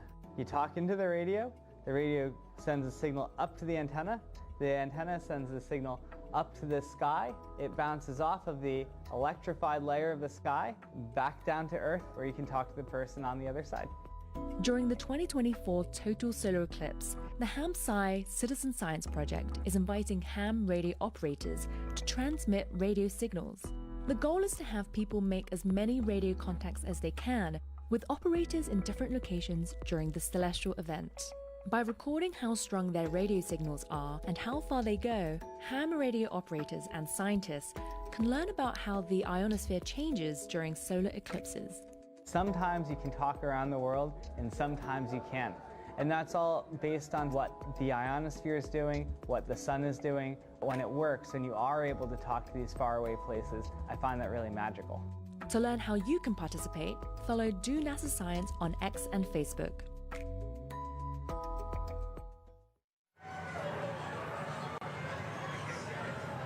And we are minutes away from the total solar eclipse over Kerrville, Texas. The temperature is dropping. As you can see, I have to throw on a jacket. The sky is dimming. We're on the edge of our seats, and we are joined now with astronaut and commander of the Artemis II mission to the moon, Reed Wiseman. Reed, it's an honor to have you here. Thank you. The crowd noise, the fact that the sun is behind the clouds most of the time and peeking out, it's so wonderful. I know. True. Thanks for being here, Reed. As you can hear, we are ready. We are right there. So exciting. So tell us, Reed, obviously everybody is excited, but have you seen a total solar eclipse before? Never a total, so I will share this darkness with you and this whole crowd the first time. Oh my wow, God. this is incredible. That's so great. what considerations do you and your fellow Artemis astronauts need to think about when related to the sun when traveling back to the moon? Well, it's great to see Pam Melroy on your last clip, a dear friend of mine, so it was nice to see Pam's face over there. But when we're heading out to the sun, it's really radiation is our big thing that as we're heading out to the moon, it's really the solar radiation that we're most thinking about there as the danger from the sun, and the Apollo astronauts dealt with it, and we've dealt with it for a long time on the International Space Station, and we have a lot of data from the moon, from our NASA probes that have gone out there and collected, so we think we know what we'll encounter. Great, okay. And tell me, Reed, how does it feel to be the commander of NASA's first crewed mission going back to the moon since Apollo? I'm flying with Victor Glover, Christina Cook, and Jeremy Hansen, the dream team, yes. I know, so every day that I go into work, I won't say every day is easy, but every day is fun, and I'm flying with people that that have principles, they have integrity, and they have just so much knowledge and professionalism. It's a dream come true. And getting to work with the whole team, the international team, it's the best. Wow. Well, thank you so much for being here with us, Reed. You know, really quickly, do you have any advice for anybody that might want to follow in your footsteps one day? We always say that you have to find that job that you love, go all in on it, live your best life, be as good of a professional as you can, and someday apply for the program. And we look forward to seeing your application come across our desk. Thank you, Reed, and good luck on your upcoming mission. Thank you. Great to be here. Now, if anybody feels like reaching for the stars, NASA is actually currently accepting applications to be an astronaut.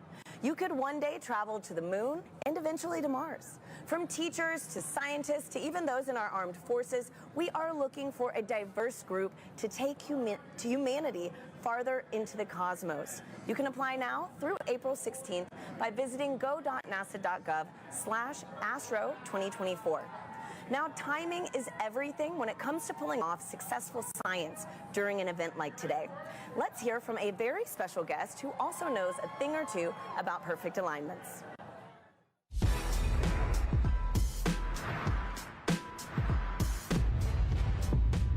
Hi, I'm Paul DeYoung, shortstop for the Chicago White Sox.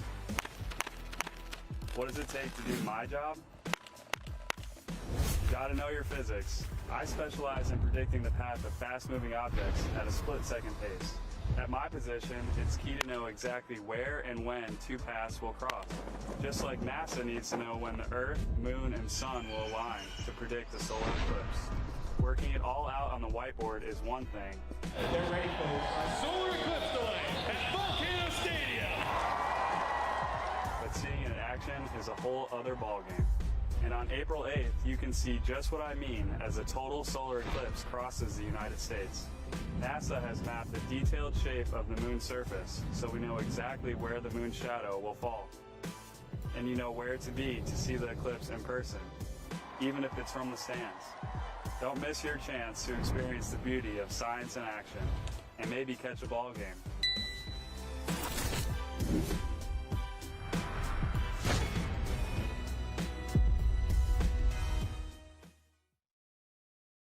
Actually can't see it.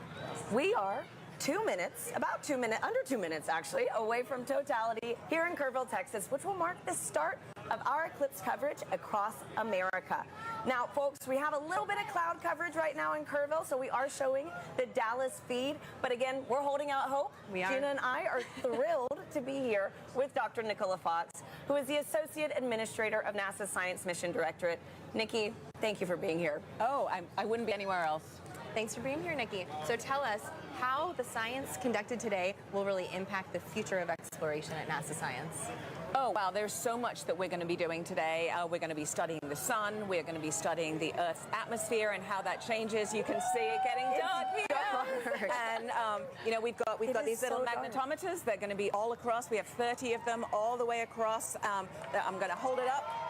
Very nice. Love magnetometers. Magnetometers, and we're gonna be having these all the way across the path of totality. And it sounds like we should go. We should get up. Oh my goodness! Let's go! Oh my goodness! Less than a minute. Oh my goodness! Wow. Okay. All right. Glasses on, Nikki.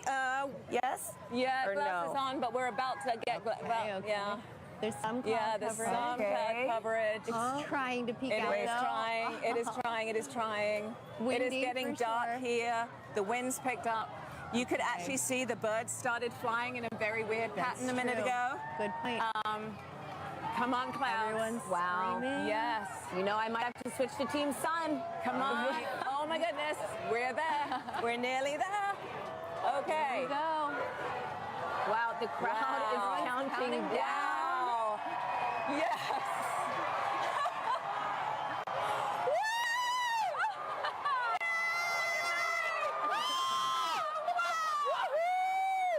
Oh my gosh, it's beautiful. Yes. Oh my goodness. That is amazing. I told you. No, go away, clouds. Go away, clouds. They're Look gonna at move. that. Oh my goodness. I've been saying all day. Look how dark. Look how dark it is around here. Yeah. It is just this white ring. White ring. Yeah.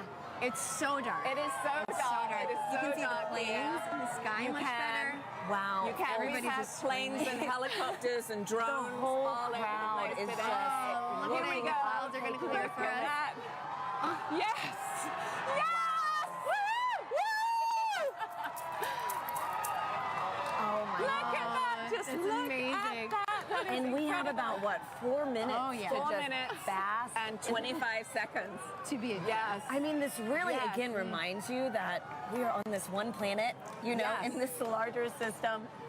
And you have to be on this planet to see what we're seeing. You do. right now. That's why we are Team Sun, Earth, Sun. and Moon. Because you need the moon for an eclipse. You need the sun for an eclipse. And we're Right. standing on the Earth to see it. Oh, man. So, all of NASA Amazing. science represented by a total solar eclipse. And something that, what, over 30 million of us today, at least in the path of totality. At least, yes. Able to witness yeah. this. 31 people living in the path of totality. So Doesn't imagine count how who many people travels. actually traveled here. Yes. Absolutely. Yes. This Wow. is getting me extra excited about all the science that All the science that we're doing. right? Yes. Yes. All right, those clouds are playing tricks Those on us clouds now. are being pretty mean. Yes. It was nice to get a taste, though. Wow. It's true. It is Yes. so dark. It is. We've got everybody it is looking so up. dark. I'm so happy that, you know, Yes. for So folks that good. travel, Yes. able to see this take place. That's right. And so- it's been such a great atmosphere here all day. Every time the sun comes out, everybody Everyone's cheers. cheering, Yeah. counting down. It has been incredible. And so, wow. That's true. Oh, Nikki, what's your favorite part about these? About an eclipse? Is this your first? No, this is my second one. 2017. I was in Nebraska and I saw it there. But I think there's just you can study the sun, you can study the corona, but suddenly you see it with your own eyes, and it's that feeling of just wow, that is our star. Like that isn't just the sun anymore. That's a star, and you see it looking like a star. And you know, as we study. You know, as we look for exoplanets in other galaxies that might be able to support life, you know, we need to understand our relationship here on this planet with that star. And That's so it's so important. And I think when you see it, you're just like, wow, it actually is a star. Yeah. You know, it's not just a bright point of light in the sky. You can see the structure. You can see just how exciting the sun is and actually how dynamic it is. Yeah.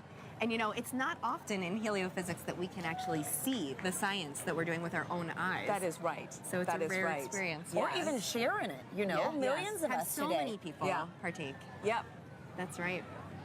It's pretty windy too here. It is windy.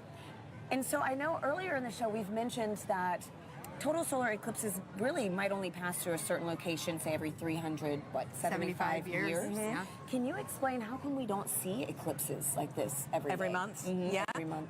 because the moon's orbit is actually tilted, and so most of the time when it passes in front, it doesn't block out the light for us.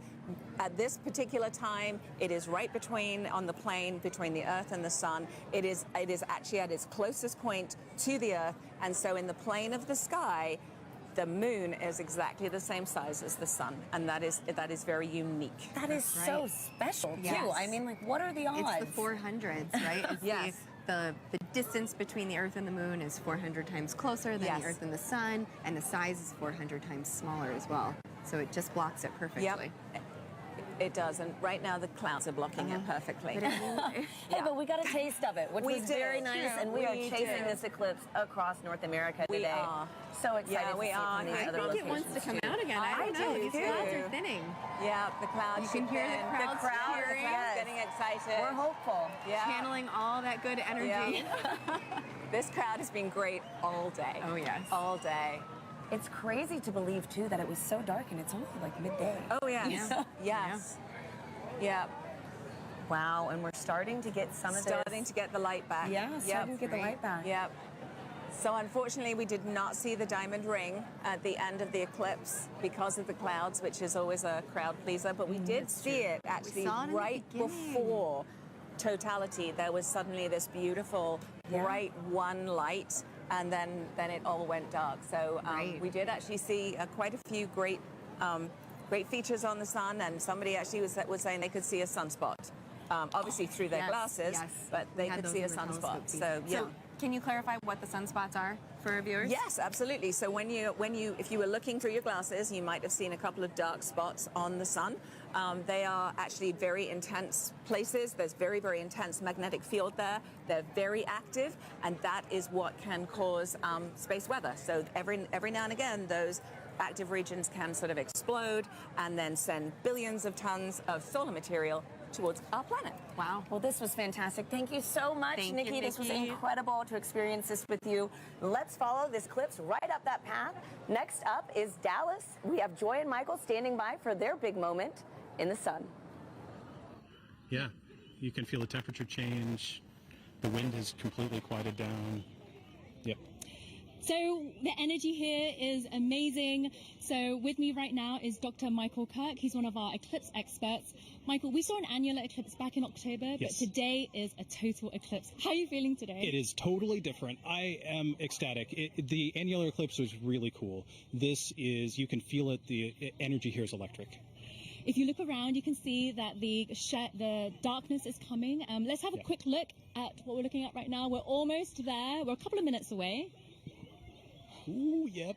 Just a crescent left. So let's quickly talk about some of the ways that the public are participating in the eclipse right now. Yes. Michael, can you talk about some of the citizen science projects? Yes, there are people all around the country right now making measurements of audio recordings to see how the environment is changing.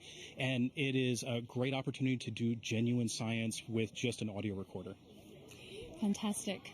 So we are almost like, let's see, a few minutes away. So minute 30 out, I think, actually. So let's have a look at the eclipse. Michael, what should we expect to see moments before totality? Okay, so as we approach totality, you're going to see that crescent sun slowly drift away, and then you're going to see the Bailey's beads, where there are these bright points of light that are last bits of sunlight cascading through the moon valleys, and then right before totality, you'll see a diamond ring, that last single point of light, and then we'll be in totality. We just have a thumbnail of sun left. We are closing in on totality here. Wow, we see a slither of the sun left. Remember, you can only take your safety glasses off when the moon has completely covered the sun, and in Dallas, Texas, we are seconds away. Oh my goodness, I can feel my heart racing. You can hear the crowd getting excited. The birds are chirping, and they seem like they're going into their nighttime routines. Wow. So we are a few seconds away. You can hear the crowds cheering. Here we go. Oh my goodness. This is absolutely ecstatic. The darkness is coming over Dallas. Here we are. Just a few seconds left. 10 seconds. Woo! Oh, I'm so excited. Okay, we are 5 seconds away from totality. One little bit. It's totally dark here. Deep twilight around here. Wow. You can hear the crowd. Here's the last bit of lights, and we're in totality. Woo! Oh my God. Oh my God. That is absolutely breathtaking. Oh my God, Michael. How are you feeling right now? I am just awestruck. I mean, there's a few high clouds, but the beauty of the corona is clearly visible. You can see that spiky structure just poking out. It is heart-stoppingly beautiful. Oh my goodness, I have tears in my eyes. I was not expecting this. This is one of those experiences that you just never forget. I feel so special to be right here, right now, experiencing it, and knowing that people literally across the nation are doing the same thing it's truly amazing. Wow, let's take a moment to take it all in. This is absolutely breathtaking. Wow.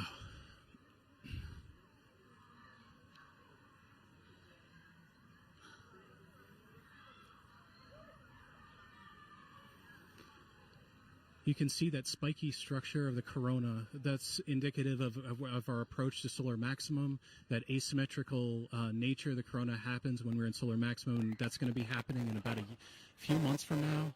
So that means that this view of the corona will never happen again, ever. This is a completely unique view that even if you see a million solar eclipses, you'll never quite see one like this. So, Michael, you study the sun. What is it like to see the corona that you don't normally see? I mean, I just, there are no words. I spent my life studying this thing, and to be able to see it and feel it is, I mean, it's just tremendous. You can see a prominence in the chromosphere, the middle atmosphere of the sun is a pink spot. And that pink loop is what I spent 5 years doing a dissertation on. that one little pink loop. And it's just, it makes it all feel like it's in perspective now. I can't believe how clearly I can see those pink loops and the structures in the corona. We can see a few planets out as well. They're brightly shining in the sky. And actually there's a plane racing across the shadow as we speak as well. And I just want to take a moment to say huge thanks to our telescope operator, Vanessa Thomas, for providing these views. This is just so stunning. People are applauding here, as you can hear. I mean, I think everyone here is getting exactly what they came for, which is just that sense of your place in the universe. This is our closest star, and being able to see the star like this is truly special. Okay, we have 1 minute left of totality. Oh, the time just passes way too quickly. The next eclipse won't happen across the U.S. for another 20 years, so this really is a once-in-a-lifetime opportunity for a lot of people. Absolutely. Our friends up in Alaska will see their next eclipse in 2033, so I am like already thinking I need to go there. I mean, it's just, Yes, definitely. it doesn't matter what I need to do. I just have to go there. Wow. So we're 30 seconds out. Oh, my so goodness. right before totality ends, our telescope operator, Vanessa, is going to put the solar filter back on. But let's just cherish these last few moments of totality in Dallas, Texas.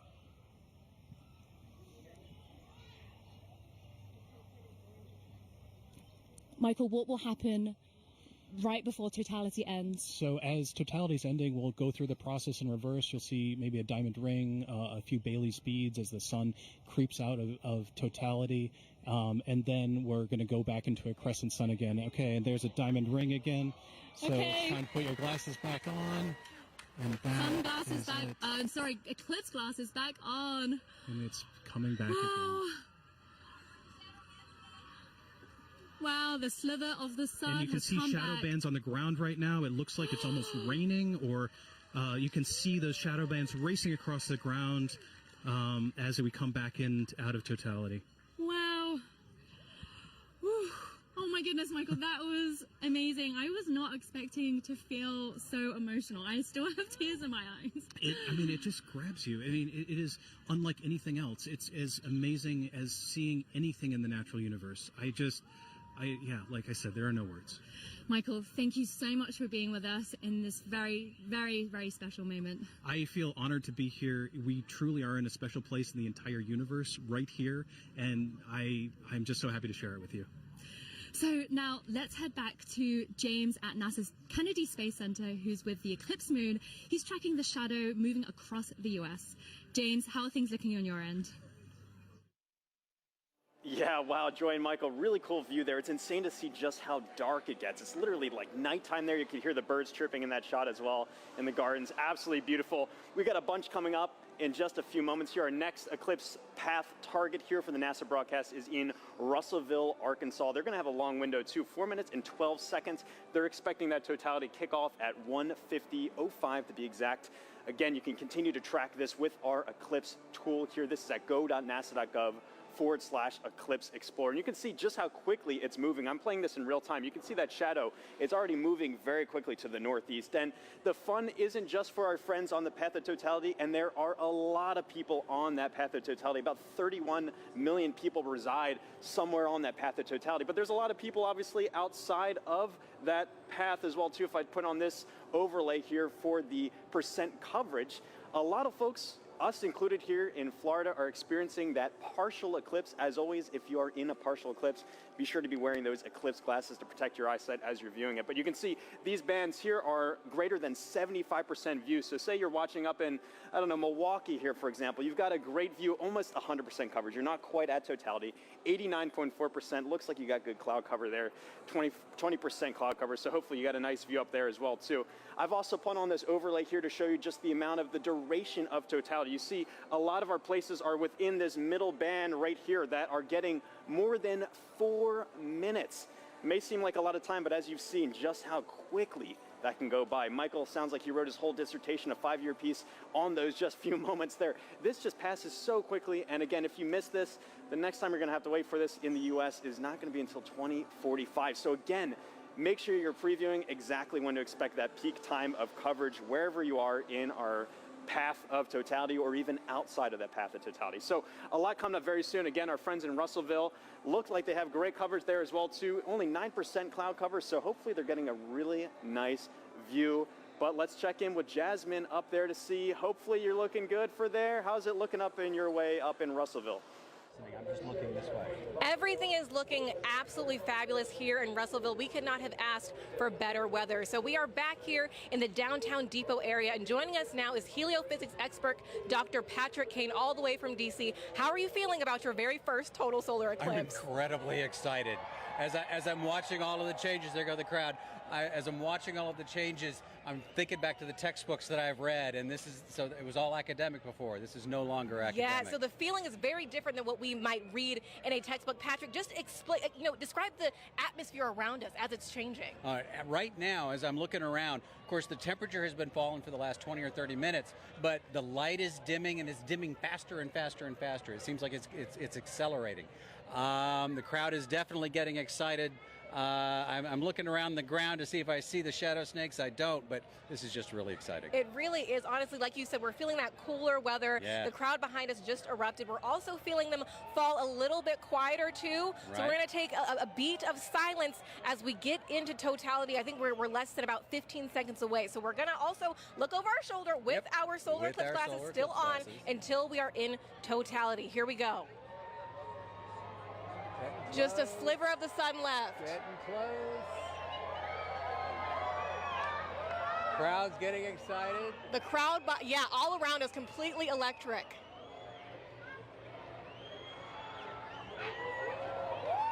Going.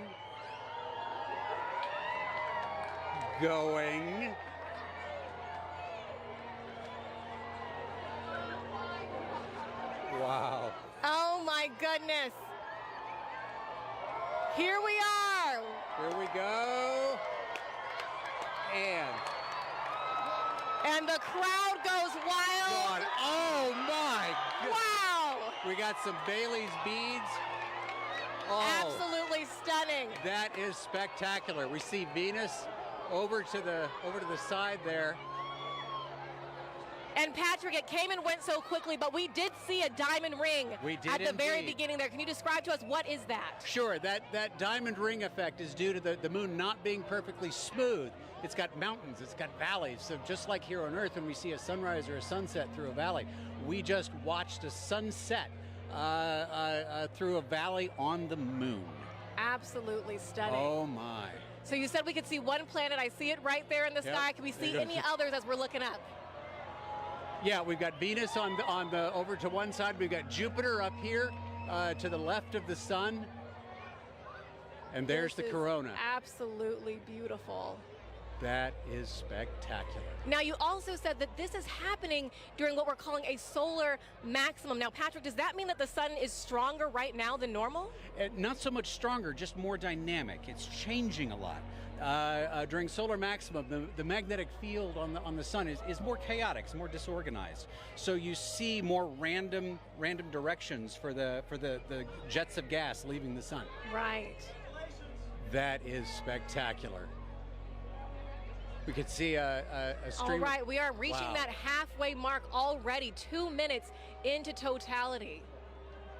There's even just a hint of a diamond ring down at the bottom. I can see it. Yeah, we're looking at a diamond ring from Arkansas, the Diamond State.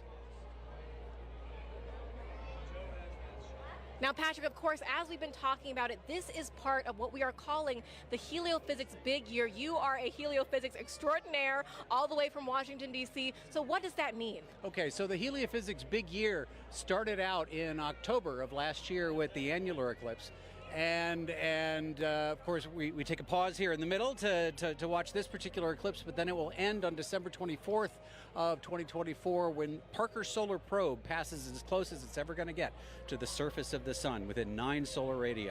Oh, wow. And I'm sure that means a lot to you because you worked on Parker Solar Probe about 20 years ago during its inception. So tell us a little bit more about that. I worked on a concept study for Parker Solar Probe back when I was a graduate student in around 2002 or so.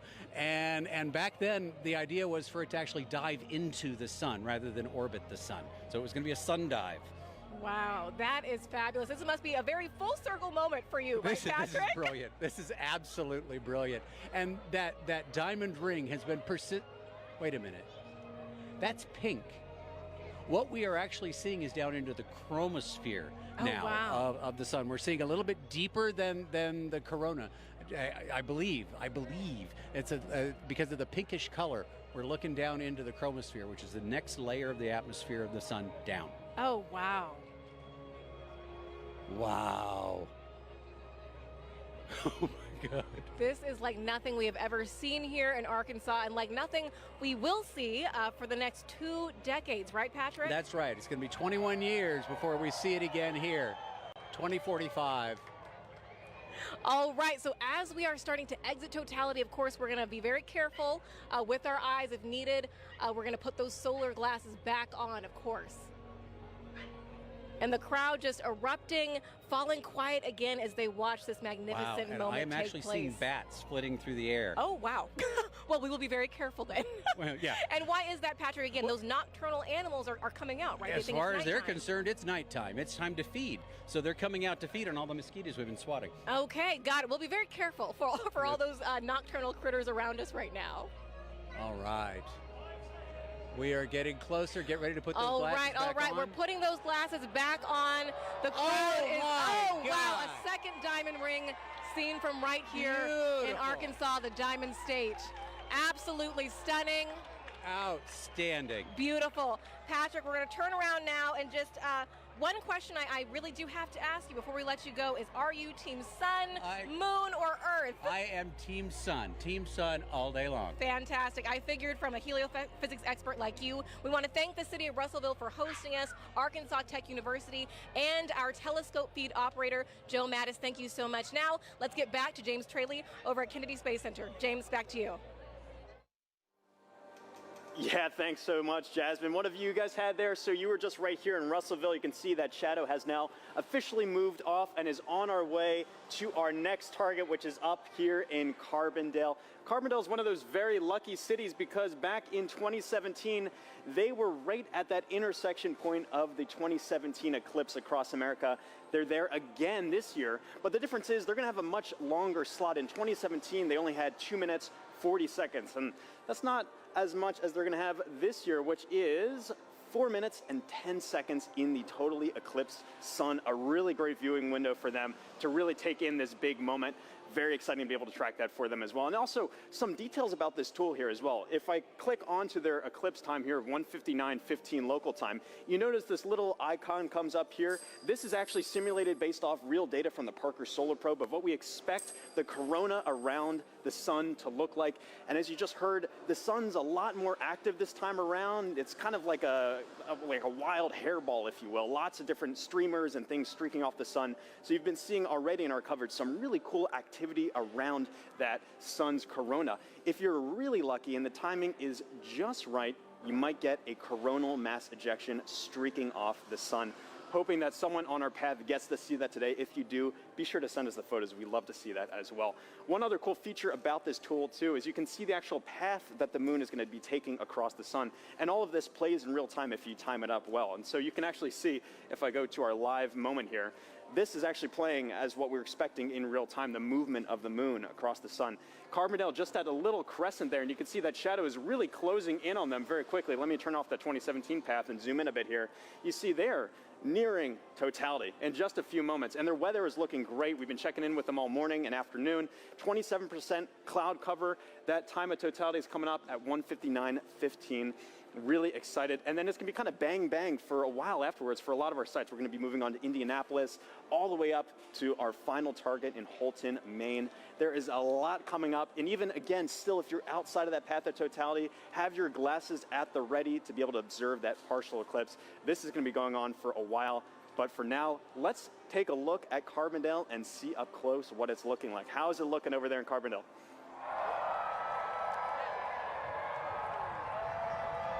Couple more minutes. Well, the crowds are going nuts here in Carbondale at SIU at Saluki Stadium. Bob Baer is with us, and Bob, it's amazing. I'm afraid to look up. I know it's not quite ready yet, but tell us, what do you expect here for the eclipse today? Good weather. It's good weather right now. We have high clouds, so totality is going to look just a little bit fuzzy to us, a little bit hazy, but we are moments away from seeing the diamond ring here. This is awesome. Oh, I thought we saw it. I think we got about 1 minute. Okay, 1 minute away. Now, today we're having longer totality. So are you feeling the temperature change? Because I'm already feeling the temperature drop. I felt the temperature dropping about 20 minutes ago even, and the wind picking up a little bit.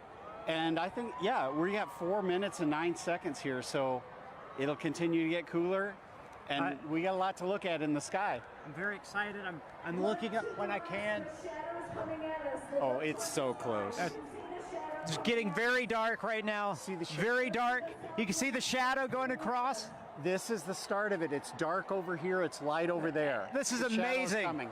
Crowds are going nuts. We're about to get word that we're at totality. Oh, you can see the planets. The crowds are going nuts. This is crazy. Bob, this is amazing. Here we go. Don't look at the sun yet. It's not quite totality, but you can still see some of the planets right away. Very close. You got about 15 And the crowd is very happy. Shadow bands. Oh, total darkness here. This is incredible. Oh, wow. There it is. Diamond ring. Diamond ring. Wow, that's amazing. It's amazing. That is awesome. Look at that. Oh, and Bob, that's amazing. Wow. Jupiter. Complete totality. I see Jupiter. Oh my gosh, that is gorgeous. Wow, this is amazing, Bob. Wow, that is huge. So we have some prominences. I think we want to go look through the scope. Go through, look through the scope. I'm going to walk over with you as you talk through the scope. We are right here at one of the telescopes that we have positioned here. Bob is looking through with the naked eye and going to give us some feedback on that. Maybe some prominences we're seeing. What's amazing is how dark it is compared to 2017. Much darker, a lot more astronomical features. We have seen Jupiter, and I believe what planet is that, Bob? That's Venus to the right. That's the Venus. Can't quite see Mercury. I think it's obscured by those light clouds. Yeah, light clouds. But 360-degree sunset around us. This is amazing. It's going to get darker. It's going to get darker. It's going to get darker. Wow, this is already pretty dark. We are not in the middle of the shadow quite yet. Wow. Did you see it? Yeah, timer started. Okay, 2:46 to go. Okay. Yeah. All right, so we're getting some live data from the team here. I tell you, it's really impressive, Bob, because... Oh, my gosh, it's getting better. See that prominence at the bottom Yes, at the bottom, there's the prominence. I see it. Wow. I keep looking for I can't believe the Mercury, clarity. It's so much darker than 2017. It's gorgeous. And what's awesome, we have 6 telescopes running back here, capturing data, streaming this. And that's a big important part here. This is not just capturing image to share with people watching the show. You are actually capturing scientific data that can be used by scientists everywhere. We are, and we've seen totality across North America so far in Mazatlan. Now we're experiencing it ourselves, and we'll experience it after this on the Jumbotron from the other dev sites. It's like the most amazing eclipse train you could ever ride on. Wow. This is a bit better than 2017. Without a doubt, without a doubt. No cloud. And you know what's interesting is the crowd is quieting down. They seem to be experiencing the moment, taking it all in. A really special moment here. Look at that. So we must be getting close to the center. Where are we at? 2 minutes? So 1 minute, 30 seconds. The corona's looking brighter because Yes. our eyes are adjusting now. I mean, that is amazing, Bob. And how much corona you see. I mean, like, A just lot. last time I That's didn't like see that much. Visually, oh, there goes a bat. See the bat flying over the crowd. Oh, yeah, we talked about the animals. Now we see them becoming active. We found a Luna moth earlier as Wow. well. But Wow. that corona is about 4 times the diameter of the sun. That is massive. That is amazing, Bob. And I'm really curious 1 about minute? that prominence at the bottom. Have you looked yet, Blair? You No, have to I look. haven't looked. So take a look.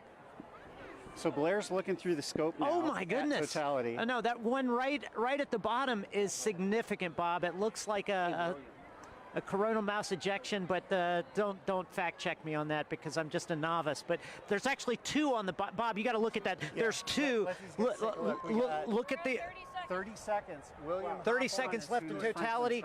William. Jump in there. Take a look. It's great because close. we have Oh, it's telescopes out here for people to look at and actually see total you can eclipse see more through it. corona. And we're getting close. I don't know what you guys Time. are seeing on television, but 10 seconds. We got to cut it off. Okay, all right, here we go. 10 seconds before we need to put our glasses back on. Okay. Oh, sorry. You're good. You're good. We put the cap back on the telescope to make sure nobody looks. What an amazing Too event, late. Bob. There's we the go. diamond ring. There's the Nice. second one. Oh, snap. Oh, that's amazing. It's like it was scheduled. Yeah, somebody had the timing right here. Oh, my man, gosh. that's amazing. We will see shadow bands again here. You hear the crowd. Everybody's excited. That's there we awesome. go. What an amazing moment here at Saluki Wow. Stadium Oh my gosh. with Bob Bear and 10,000 fans, all loving every moment of it. Bob, some cow. final words. Well, I think we just had an eagle fly over. Okay, so but incredible. well, that's one of those things you said. We saw animal reaction, we heard it, we felt it. It was wonderful. So we got to keep an eye out for shadow bands. We're going to see them again in about 1 minute on the ground here. Okay, so we'll keep looking for those shadow bands on the ground, but I got to tell you guys back at the studio, I know you guys have seen eclipses already. There's still some to come, but what an amazing moment. Back to you guys. Good weather all the way to the end. Thank you, Blair. We are in Indianapolis. We are almost at totality. With me, I have Nikki Rail, the Associate Director for Flight Programs for the Heliophysics Division, and Denise Hill, NASA's Outreach and Communications Lead for the NASA Heliophysics Division. You guys, let's get our glasses on. And you can hear the crowds start to roar as everyone gets on their glasses. We are so, so close. Ladies, what are we seeing right now? I mean, just the ambiance of this moment. It is beautiful. We're just seeing a really small crescent, but the light all around us, it's so dusky. And I'm just odd. It is. I'm feeling a temperature drop already, which I can't believe. It's feeling cooler. The crowd is starting to go wild. Yeah. We're still seeing the Here crescent. we go. Here we go. Getting All close. right. We are so All right, close. and the best soundtrack you could possibly ask for in the background here. Absolutely. Oh, we're so close. Okay, just a little bit left, and you can really hear the crowd taking here we off. go. They're starting to go Here wild. we go. Yeah, here we go. There we go. We're so close. Here we go. Almost. Almost. There. We are so, so close. And we... Oh my gosh, there's that bright diamond ring. Here. All right. Oh, wow, look at that. There it I can is. see the... Yes. Oh my gosh. I can actually visualize the corona. I've always wanted to see that. Wow. Look at that. Fantastic. Oh my God, it's gorgeous. Oh my gosh. Absolutely An incredible sight. amazing. And dark. Wow. Wow. Look at how dark it is. Oh my gosh. And you can really see those streamers coming out right now. I'm seeing some bright lights around where we're seeing cratering, and I can see those streamers coming out of the corona. And are those Bailey's beads? Are we seeing any Bailey's beads? We were seeing some Bailey's beads. They're transitioning out a little bit, but yes, those bright light where the sunlight is shining through craters on the moon, mountains and craters. And look at those streamers of the corona. It is putting on a show. And it is dark. Holy moly. It is dark. I got to take a peek at the crowd right now. Oh, look at the crowd. Oh The my crowd is gosh. absolutely Oh my gosh. going wild. Everyone's got their phone out. It is now safe to look at the eclipse without your glasses. Wow. What an amazing sight. Folks, we've got 4 minutes here, a little under 4 minutes to enjoy this. Wow. And if you were in an open field right now, you'd be able to see a sunset, a 360-degree sunset all Yes. around us. Yes, and you I can see a can little bit of see that it. now. See the light around us a little bit. Yes. I have to say, this is my first total eclipse, Denise. This is my first total Incredible to see it. totality. Wow. This is a bucket list moment for me. This is incredible. Really a once in a lifetime, unless you're an eclipse chaser, which I'm considering it. I might I'm become one after considering it. this. Yeah. I quit my job. Wow, Oh my fantastic. gosh. Oh we my spent gosh. so long trying to see that corona, and to see it with my eyes. Yes. Your own eyes. Wow, just gorgeous. I'm just in Oh, awe of like yes. being this person on this rock moving around the sun. Yes. I can't even believe it right now. Yeah, and to share this moment together with 50, 60,000 people all looking up at the moon and the sun all at once. It's just an incredible experience for all the folks here in Indy and for all the folks watching. I hope you can take, the amazing energy and excitement from this crowd. What a special moment for the United States. Oh my gosh, did you hear that? Look at this and everybody. Oh, there we my go, the goodness. crowds. Wow. Wow. Okay, so I think we're seeing, those beautiful The prominences. corona is just putting on such a show right now. It's got my Yes. full attention. Wow. That's all I can watch. Holy cow. We've got some very appropriate music going on in the background here. Yes. This is the best version of getting mooned that I have ever experienced in my life. Don't strain your eyes. Oh, Wow. I am just in awe. There just aren't the right words to describe this. I'm just noticing it feels so strange to me right now. Like, I feel the hair on my arm standing Wow. up. I feel like it's nighttime and what It am I is. doing? And it was daytime. And actually, folks, we're starting to get some nighttime insects coming out. Yes, we're buzzing starting around to the see lights. bugs. Yeah, we are seeing bugs Yes. and light. It's hard to hear them over the crowd, but I can definitely see them flying. Yes, I think the animals are a little bit confused. Nikki, while I have you, we've got a lot of programs at NASA looking at the sun. No eclipse glasses required. As the Associate Director of Flight Programs, tell me, what can we expect NASA to be sending to the sun in the next few years? We are so lucky in the midst of this incredible time of solar max. We're getting ready to. I'm seeing a diamond ring right now. The diamond ring. Take a look. Take a look. Put your glasses back on. Be safe. That is the diamond ring, folks. Wow, spectacular. Oh my gosh. You can even hear fireworks in the distance. Yes. Oh my gosh. And the light is already starting to change. It really is. You can Wow. And the Yeah. crowds We're getting are quite a show. loving And it. hear the crowd just Oh loving my every second of gosh. it. Oh, what a moment. I love those fireworks. That was amazing. Indianapolis is really pulling out all of the stops, and we love them for it. I also want to take a moment here to thank our two telescope operators, John and Dana, who have been providing these telescope views for us there from Ball State University. Thank you very much to John and Dana. All right. It's like somebody flipped the lights back on. It's It's like a sudden switch flip. This is so crazy. And I can feel it warming up already. Yes. Wow. This is so amazing. Incredible. Well, this is an incredible moment and an incredible moment for the Helio Big Year. Ladies, thank you so much for joining us. This has been fantastic. Thank you for having me and sharing I'm this. so moment. excited to be Yes. here and to see this incredible sight. Absolutely. Megan and Sarah, back to you. Oh, that was so fun to experience, and I can't wait for us to do it now. Take a look at this drone shot where you can see it definitely got noticeably darker. We feel it here. It's colder. The crowd is cheering now. They're ready for totality here in Cleveland, Ohio. We are less than 3 minutes away, 2 minutes and 18 seconds away from totality here in Cleveland, Ohio. The crowd over here to our right really going feel the crazy, excitement. feeling the excitement.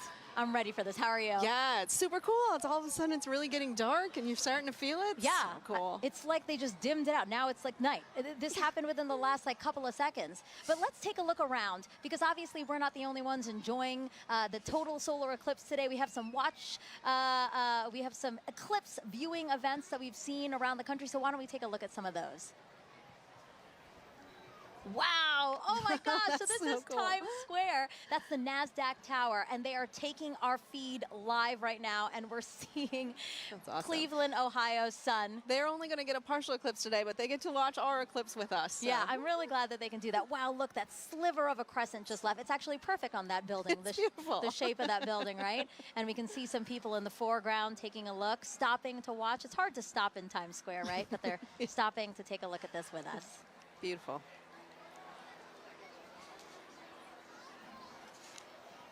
Oh, awesome. So this is just next to us. This is Progressive Field here in Cleveland, Ohio. So the Guardians have their opening day today, and the first pitch is like after 5 o'clock. But as you can see, they've opened up the stadium, and people are in there to enjoy big crowd the in there to watch that. That's great. Yeah, you can, oh my gosh, it just got darker here. Yes. Oh my gosh, that's so interesting.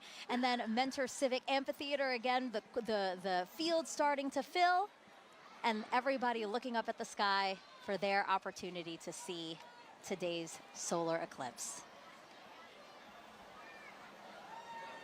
This is us back here in Cleveland. Everybody looking up at the sky. We have 30 seconds until totality here in Cleveland, Ohio. Oh my God, I have goosebumps everywhere. Everybody's starting to cheer. I might cry. I kind of feel like crying. This is so cool to see. It's getting so dark so fast. Wow, it's like night just descended on us. And look at the crescent slowly disappearing. Crowds cheering here. Cell phones up, cameras up. 5, 4, 3, 2, 1, and totality. Totality, everyone.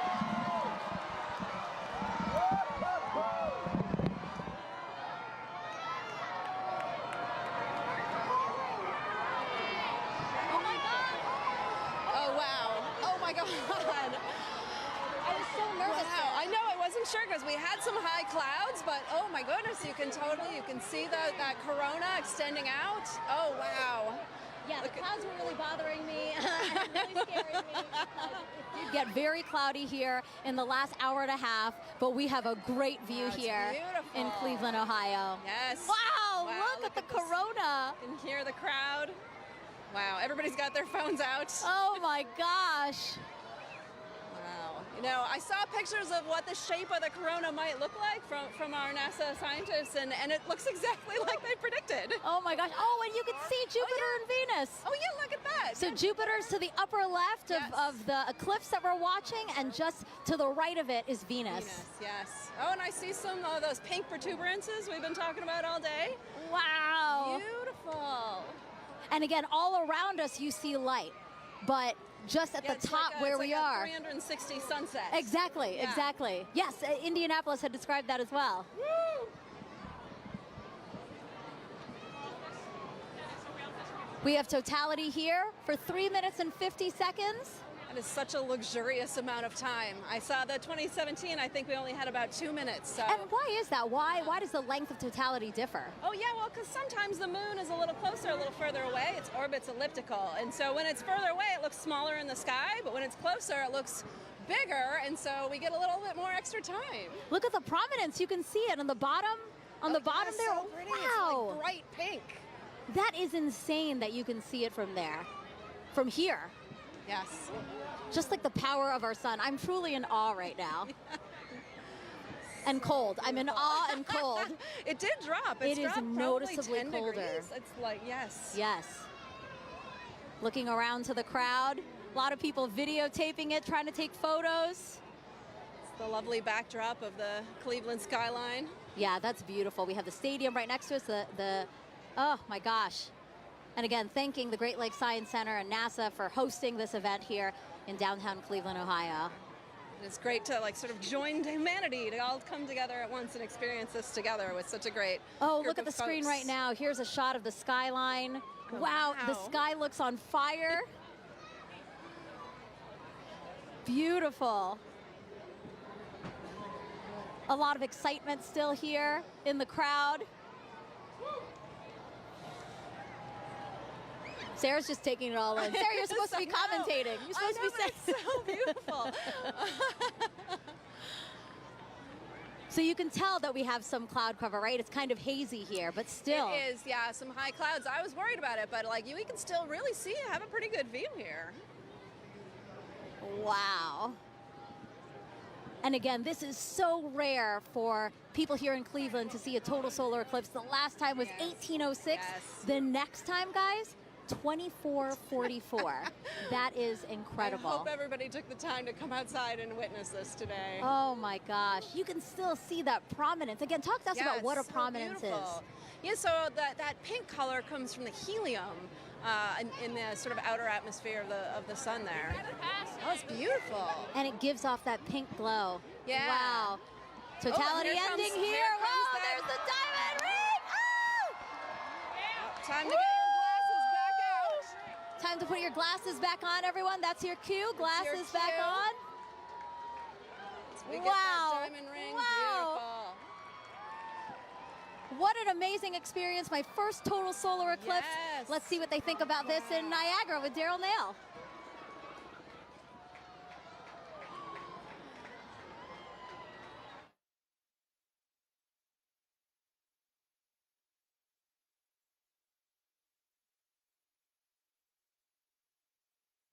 Over the entire area. You can hear the crowd erupting at various moments when the eclipse has been seen, but we are under pretty cloudy conditions, and David Sheeny is with us. He's a program executive with the Heliophysics Division. David, this is a challenging situation to be in order to try to see this eclipse. We've seen glimpses. We have seen glimpses, so we're basically spending our time staring at the sky, hoping for a little bit of a glimpse of what would be a totality. So right now, the sky has just completely gone dark. You see all the lights, basically, everybody's cameras and everything else are all making it lighter. And it's gotten significantly colder as well, just over the last several minutes. And it's like, it's fascinating to see it go night like this. We've been listening to everybody across the country enjoying totality and seeing it clear. That's not the experience we're having here.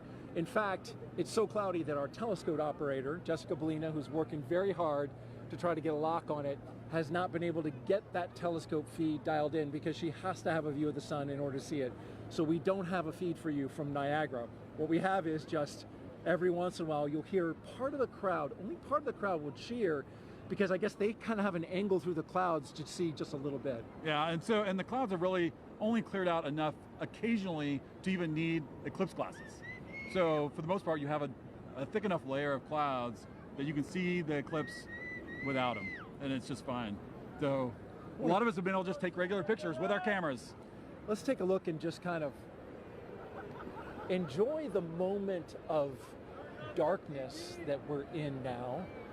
People have come from all over the world to be here. You can see some. It looks like it's a little bit lighter up there. Our spotlights are blinding these guys. Can we turn the spotlights down? So there, oh look, you got a little bit of eclipse right there with people watching. So we're just catching little glimpses of things as we look up into the sky. So this might not be as exciting as some, but this is what we get. We're just hoping to have a little bit of a glimpse.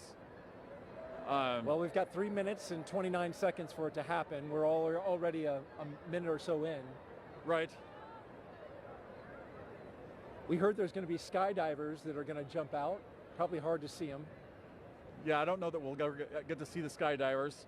You can't see any of Niagara Falls really. It's basically all like as if it was night for us here.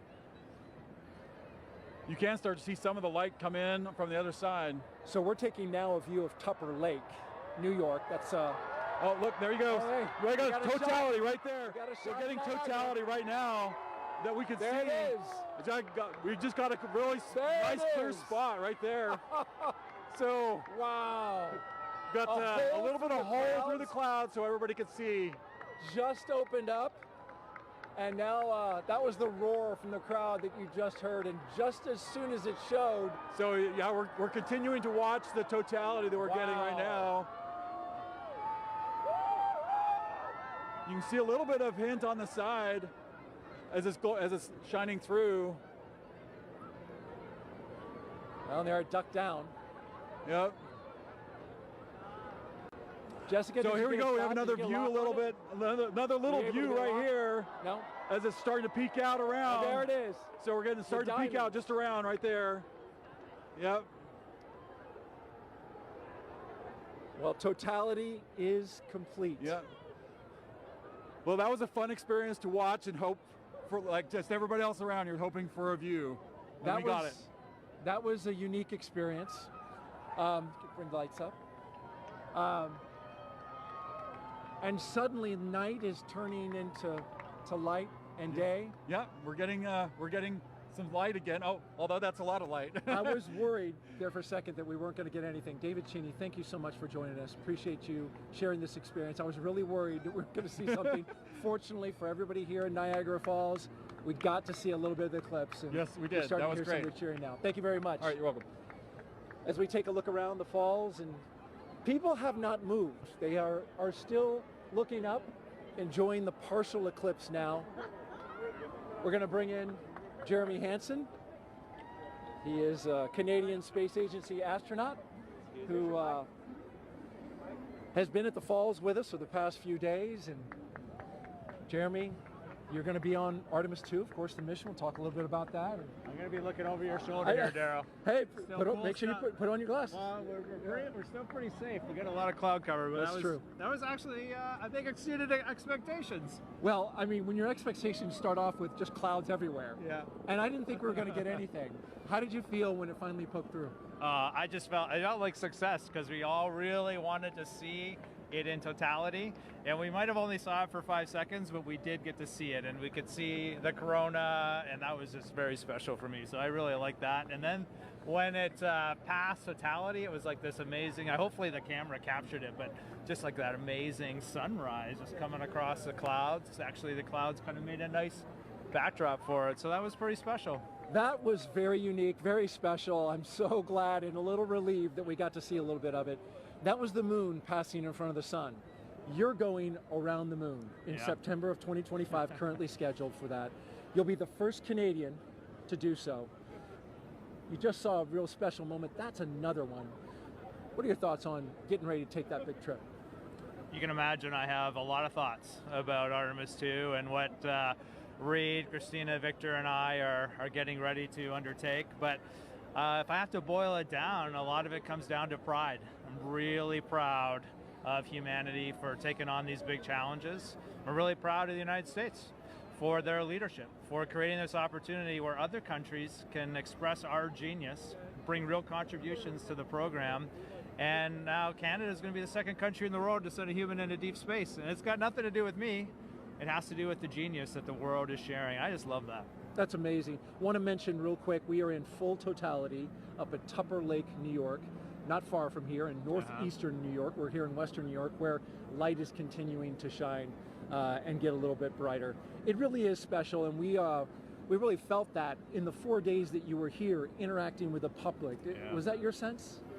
There's a lot of excitement around this celestial event that's happening and around space exploration in general, which I find really uplifting. I don't think space exploration solves all the problems or challenges of the world, but I do believe it is one of the pillars of those solutions. It doesn't matter what problem you're looking at, space plays a role. And I love it when I see our youth getting fired up about, asking me, how do I work at NASA? How do I work at the Canadian Space Agency? We're on the US side here, but I've had some Canadians come up to me. It's just something that brings us together, this, the spirit of humanity. Just like this experience we're having here, it's a very, it feels like community. We're all out here, just humans, just being humans and sharing something special. And sharing it together was really neat, that communal part that you talk about.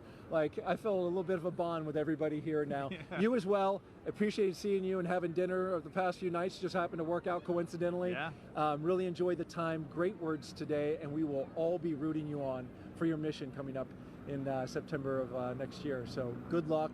be safe. We'll be rooting you and your crew on. Thank you, Jeremy. Yeah, no, we'll take it. I appreciate that. And I don't know if you saw it when you were on camera because you were busy, but the birds, they just went nuts in totality. Did you see that? No, I didn't see it. They're all up here. They came out of the woodwork. I mean, there's been birds all day, but it was sort of like birds filling the sky. I thought that was really neat to see. Anyway, thanks for having me today. It's a pleasure to be here. Thank you for, fill that out in your Citizen Science Journal. Make sure you put that in there because we're doing that.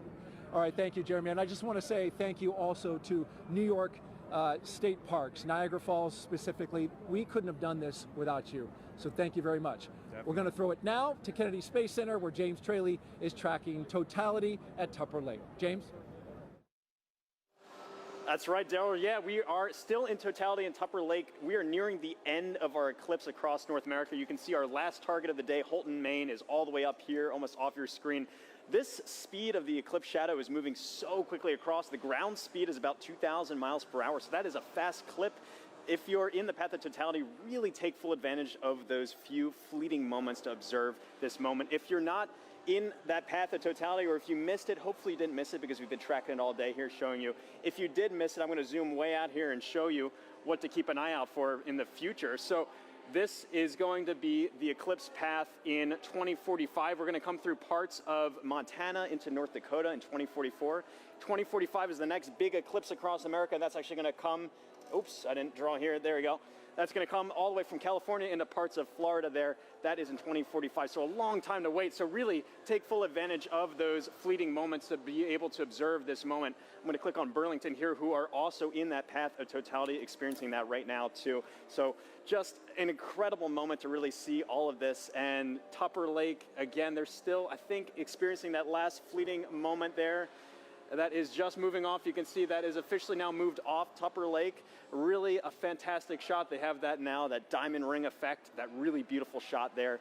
This is, again, such a quick moment, and this doesn't happen very often. It's really a once-in-a-lifetime moment, so take full advantage of this.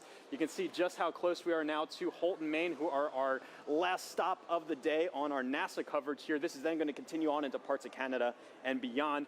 Holton, Maine, they had some snow the past couple days. It seems to have cleared up quite a bit more for them.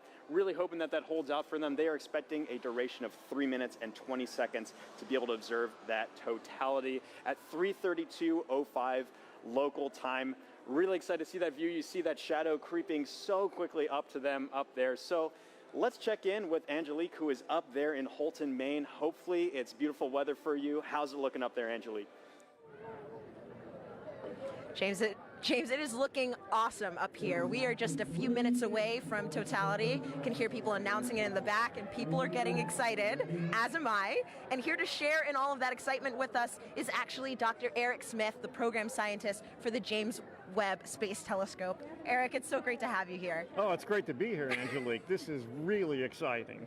Eric, is this your first eclipse? This is the first totality I'm going to see, so I am super psyched, and I am delighted to be here in Maine to experience it. Yes, and so we've actually been kind of watching as it slowly gets closer and closer, right? And what are we? We're starting to feel it getting kind of cooler. We're seeing the shadows change. Yeah, we're seeing the light is definitely different from when the sun sets and the shadows get a little diffuse. Here they're still sharp, but the light is diminishing. Your brain tells it something different is happening. Something is definitely up. So speaking of up, that's where the James Webb Space Telescope is. Sure. And what's interesting about the telescope is that it actually can't look directly at the sun, just like we can't. Yeah. Can you tell me a little bit more about why that is? Sure. We designed Webb to look for very faint things in the distant universe, so it's very sensitive for very faint things. Of course, the sun is very bright, and so we had to make sure that it could never look at the sun. We use solar power to power the spacecraft, but the telescope can't look at the sun. That makes a lot of sense. Now, as it's starting to get a little bit closer to all of the cool phenomenon, the Bailey's beads, the diamond, let's go ahead and put on our glasses. All right. So that we can look up and continue chatting. Wow. Just a little tiny Just a little bit left. That is incredible. Wow. So, Eric, I have a couple more questions for you. Another thing that I was wondering about is how we can use actually eclipses to study exoplanets, which are planets outside of our solar system, using, I think, the transit method. Is that what that's called? Yeah. Right now, during an eclipse, the moon Sorry, you can hear everybody getting excited. We're getting very close to totality here. The moon is transiting in front of the sun just the way planets that orbit around other stars transit in front of the star. So Webb can look at those exoplanets and use the transit just like we're staring up at the moon transiting the sun. Gotcha. And so a transit is, like you said, literally just when something crosses in front of something else. That's right, transit. yeah. Okay, very cool. So throughout the broadcast, we've actually been able to see the eclipse through different telescope feeds. Can you tell me a little bit about what the difference is between, actually, we're going to go ahead. Oh, here we go. We're getting really close. Oh my gosh, it looks like just a few more seconds until we are in complete totality. Oh my gosh. Oh. 5, 4, 3, here we 2, go. 1. You can hear everybody cheering. This is incredible. So let's go ahead and take off our glasses. We are in totality now. Oh, you can see the coronal spikes. My Amazing. That is beautiful. incredible. You can see a planet in the sky that you couldn't see before. Oh, wow. And I think, is that one of the, oh gosh, the there's some drone. There's a drone up there in the sky, too. Oh, my goodness. Oh, wow. It's incredible. The rays that you can kind of just see coming off of the corona. Yes, yeah. Stunningly beautiful. Yeah, that's Yeah. got to be one of the most amazing things I've ever And seen. you can see the gradation in the sky color Yes. down to the horizon, Oh too. my goodness. Yeah. I am seeing a bit of that 360-degree sunset. Yes, yeah. That is really cool. It's amazing. Even though we're in the total shadow Right. here, there's still the corona is still pretty bright. It is incredibly bright. You could read by the light of the corona. I think I would have some trouble reading, but I probably could. I could technically read something. So, Eric. Oh, and actually, we have the International Space Station flying over right now. So they are actually seeing not one, but two views of the eclipse. They're able to see not just the moon passing in front of the sun, but they're also able to see the shadow of the moon passing over Earth, which is absolutely incredible. I mean, I can hardly imagine a view being better than the one we have right now. But if there is one, it's probably on the space station. It's from the space station for sure. Wow. So yes, they're able to take some pictures of that, and that is just incredible. Just incredible. One of the things they told people to do if you're far away was to hear how nature changed. And it was interesting here. We're, of course, surrounded by a lot of people just to hear their reaction when we went into totality. It's true. The humans in nature have not gotten quieter, but louder, I would say. But, I mean, you can definitely hear the loudness has a different kind of character to it. There's almost like a, I mean, I don't know if wonder has a sound, but I think this might be it. Yeah. Hushed awe. Yes, Yeah. hushed awe. That's wonderful. And I can see just one little red, I guess, like protrusion coming down little there. red spots almost. I noticed those too. That's cool. Now there are two. Yeah. Wow. That is just so cool. Yeah, I like the 360 sunset. It's a little hard to see behind us, but it's. Oh, we've got at least one or two drones. Yeah, some our robot overlords. Of course. And so, Eric, I know that, I mean, clearly with the drones, people are starting to get involved in the eclipse, and I know that there are lots of ways that people can actually get involved. One of those ways is with citizen science. Right. Do you mind talking about some of those opportunities, how people can actually... Sure. We had citizen science programs where people could use their cell phones to take pictures during the eclipse. And we're getting ready to come out of totality. We're supposed to put our glasses on. And here we go. But those oh, there it is. Oh, it's peeking out. Oh. Everybody is cheering. We have just made it to the end of totality. We're starting to see the sun just peeking back and it's out amazing. again. Now just look at the ground, how much brighter it's gotten. It is all of a already sudden. so much brighter. That is so wild. That was probably one of the most amazing but also fastest 3 minutes of my life. Yeah. I wish I could do it all again. Yeah. All right, well, that was incredible. Incredible to get to experience that here in Holton. Thanks so much to the city of Holton, and also thank you so much, Dr. Smith, for coming out and hanging out with us and experience this wonderful event. Oh, it was my pleasure, and congratulations to the city of Holton here for doing such an amazing job covering the eclipse. It was amazing how well orchestrated it was. Above and beyond. Yeah. And I want to say, of course, a special thank you to photographer Dave Bowman, who has been giving us these incredible images from the telescope feed. And we're going to enjoy as the rest of the eclipse kind of ends here, going back in the direction that it came. And with that, we're going to send it back over to you, Megan.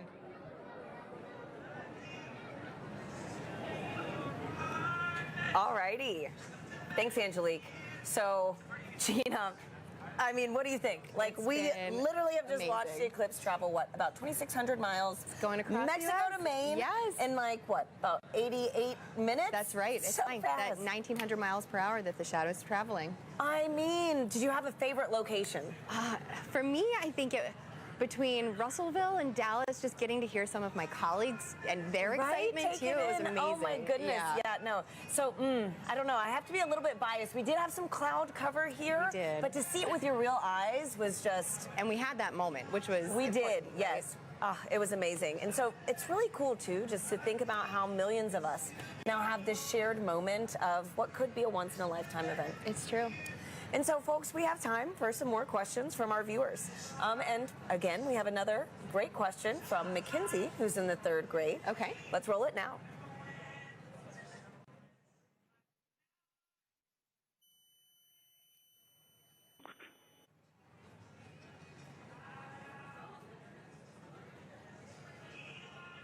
Hi, my name is Mackenzie. I am in 3rd grade. My question is, what is the difference between a lunar eclipse and a solar eclipse? Thank you for that question, Mackenzie. Okay, let's talk about the difference between the eclipses. Now, the solar eclipse that we had today is when the moon crosses between the Earth and the sun. But we also get lunar eclipses, and a lunar eclipse occurs when the Earth crosses between the moon and the sun. So it's really about where the shadow's going. Today, we have the moon shadow projecting on the Earth. During a lunar eclipse, we have the Earth shadow projecting onto the moon. So that's the main difference there. That we just saw, too, those incredible views from space, That's you right, know, from to see that second perspective view. And so I've got another question for you right now. It's going to be Eli on Reddit, who wants to know, there are quite a few solar eclipses in the world every few years, so why is this one scientifically interesting?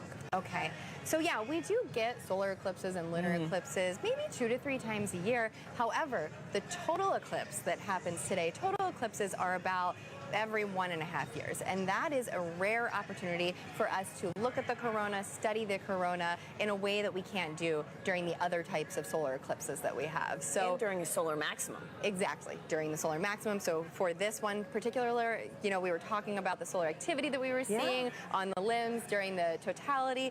Yeah, there's just a bunch going on today for this eclipse. And so too, right now, we've got another incredible view. Oh, look at that. These are live views from space, which is just mind-blowing in general. And now we're also to see the moon shadow across the Earth. Wow. It is just amazing. So, you know, Gina, too, thinking about how many people across North America today witnessed this one moment, it's a good reminder that humanity has been experiencing these eclipses for centuries. And, you know, there are different meanings for these events in different cultures. Let's check in with Joy in Dallas to learn more about indigenous astronomy. Joy. Hi, and welcome back to Dallas, Texas. I'm with Dr. David Begay. He's an indigenous astronomer and also a member of the Navajo Nation. David, thank you so much for joining us. So when people think about science, they might be thinking of Western science. So, David, how does that relate to indigenous science, and what did the total eclipse mean to the Navajo people? I think the knowledge on the eclipse goes way back, from time immemorial, I'm told by my elders. And they knew that when you look at the sun directly, you can damage your eyes permanently. And so they knew that about the danger of looking at the eclipse with the naked eye. So people were encouraged to go inside to ensure that people weren't looking up, especially the kids. So it goes way back. And as far as eclipses, it's a time of renewal, the sun alignment with the moon and also the earth alignment. The whole cosmic cycle goes through a regeneration process. It revitalizes the process. And so it's a gift that goes on for many years, over and over. It's a cycle. And as far as science goes, there's different definition of science. Thank you, David. Maybe we can cut it. Yeah. Thank you. It's been an honor chatting with you. So, thank you to everyone here for joining us. Thank you for the Arboretum for hosting us for this very, very magical moment. This has been an experience of a lifetime and one that I definitely won't forget. So let's head back to Tahira and Gina in Kerrville, Texas. Thanks, Joy. We're joined now by Jamie Favors, the director of NASA's Space Weather Program, to tell us more about some cool science that launched today during the eclipse. Welcome, Jamie. Thanks, Tahira. Hey, Thanks, Jamie. Hey, how are you? Good. And so can you tell us, why did NASA launch rockets before, during, and after the eclipse today? Sure, so it's really to capitalize on this really unique situation.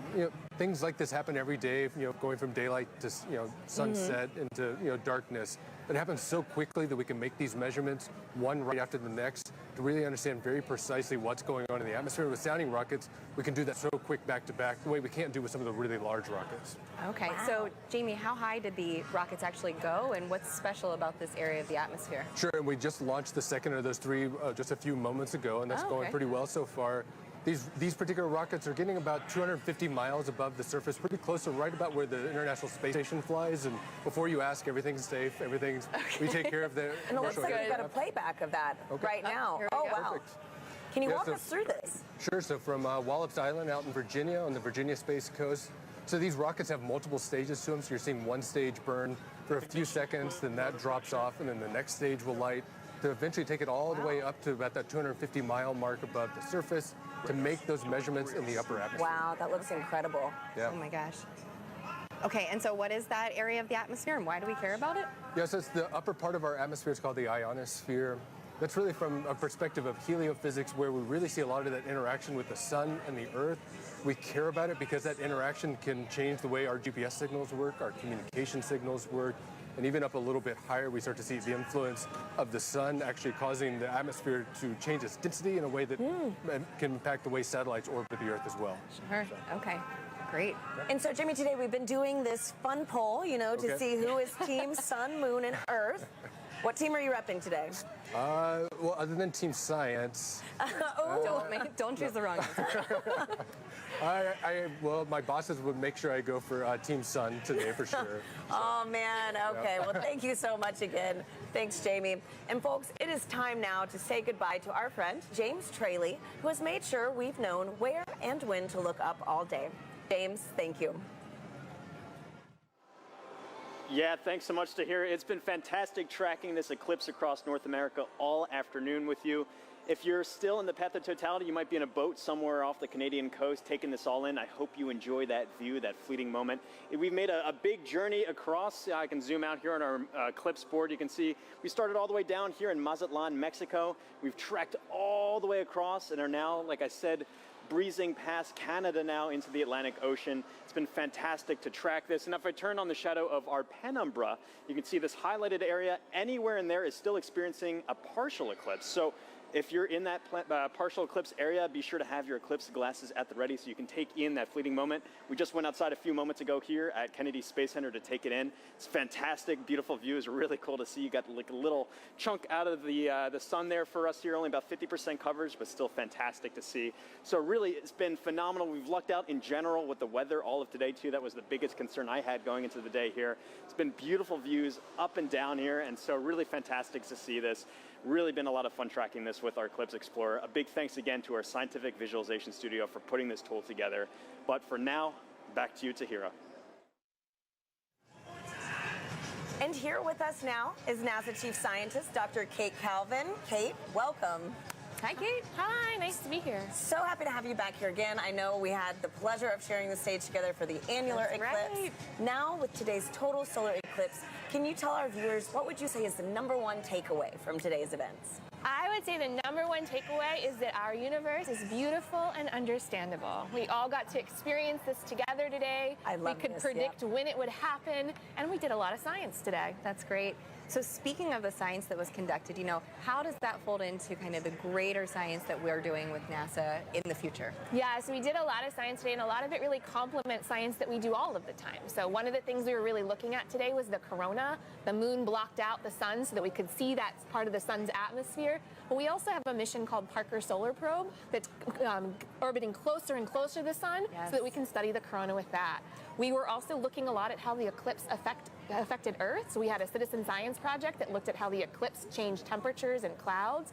We have a mission that launched 2 months ago that's studying clouds all the time, a mission called PACE. It'll tell us more about oceans and atmosphere here on Earth.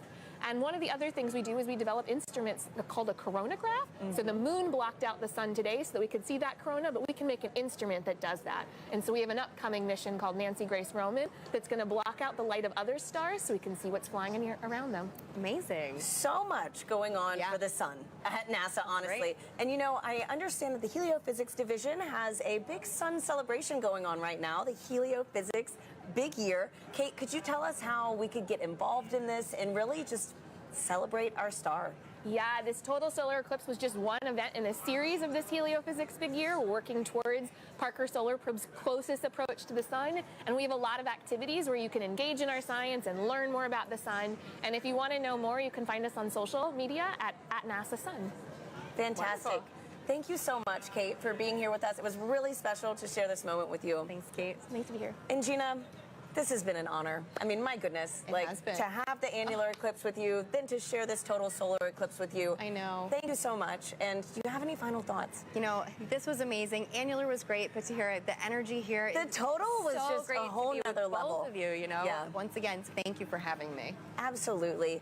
And a big thank you to the city of Kerrville, Texas, the Parks and Rec team, and all the people that made today's incredible event possible. I also want to thank our telescope operator Catherine Troach, for those great views of totality here in Kerrville. Folks, that is a wrap from Kerrville, Texas. Back to you in Cleveland. Thank you to Hira and Gina, and also Kate Calvin. And now check out who we have here at the host desk, the Pastronaut himself, Josh Dobbs, who just signed on as quarterback for the 49ers. How do you feel about that? I feel good. It's exciting times. Obviously, I spent a couple years here in Cleveland, got a chance to have some fun over at NASA Glenn during my time here.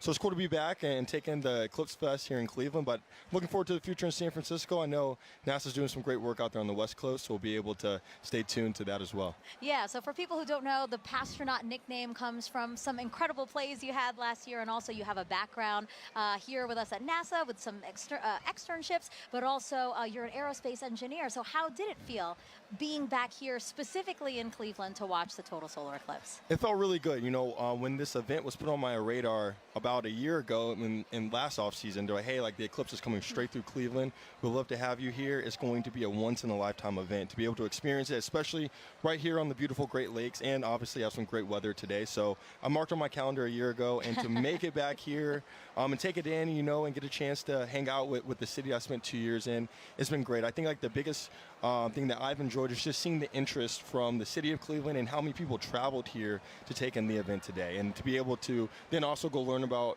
the future of NASA and the future of space exploration as well at the same time. It's a once-in-a-lifetime opportunity to take it in, and it's been an honor to be here. So, Josh, NASA is really committed to inspiring the next generation through discovery. Do you think maybe we created a few new future scientists and engineers here today? I think so. There's a wealth of youth walking around here and taking in not only obviously the blow-ups and the displays outside, but also the Great Lakes Science Center inside, and just seeing the history of the space program. I think that gives them perspective. And so that's just like NASA, that's been my approach. You know, I think the youth obviously is the next generation. They're going to have a tremendous impact on the world, and being able to inspire the youth out here and the youth across the country that if you have interest in STEM and also are really good at sports, you don't have to split your eggs into, you don't have to split up your eggs, right? Like you can go out, put all your eggs in both baskets and work hard to achieve those goals and dreams. Now, Josh, we have time for one other question. It's the most important question we're going to ask you. Okay. Who was the star today? Was it the sun, the moon, or the earth? Say the right thing, Josh. Say the right thing. Drum roll, drum roll. The star of the day was the moon. I gotta go with it. I gotta go with it. I gotta go with the moon. I agree. I do. All right. Well, I appreciate your honesty. Right. I appreciate your honesty, and I really appreciate you being here. Thank you so much, Josh, and it was great to have you here with us. Thank you guys for having me. All right. So we talked about this controversial but friendly competition. So actually, we asked you guys to vote. We have the results of that poll right now. Let us bring it up. Wow! Hey. All right, congrats, Sarah. Come on. Congrats. Thank you. Team Earth, 26%. Team Sun, 26% as well. But Team Moon, 48%. Congrats, Team Moon. Go today. Team Moon. All right, again, thank you to everyone who participated. We were the real winners of today, though, those who got a show. But we're going to send it back over to Indianapolis for another really important interview. Thanks, Megan. We are back here in Indianapolis. It has been an incredible day, and it is not over yet. With me, I have Jake Bleacher, the Chief Exploration Scientist for NASA. Jake, welcome. I could not be happier to be here. How was that eclipse for you, really quickly? That was amazing. It's getting warm again. I still have my fleece on from when we were in totality. That was incredible. Well, today has been all about the eclipse, all about the sun's light. And I want to pivot a little bit here because you're getting astronauts ready to go back to the moon, live and work there for the first time in 50 years. How the sunlight shines on the moon also very crucial to what we're trying to do there? Yeah, well, just like this eclipse, it's the celestial dance between the sun, the earth, and the moon.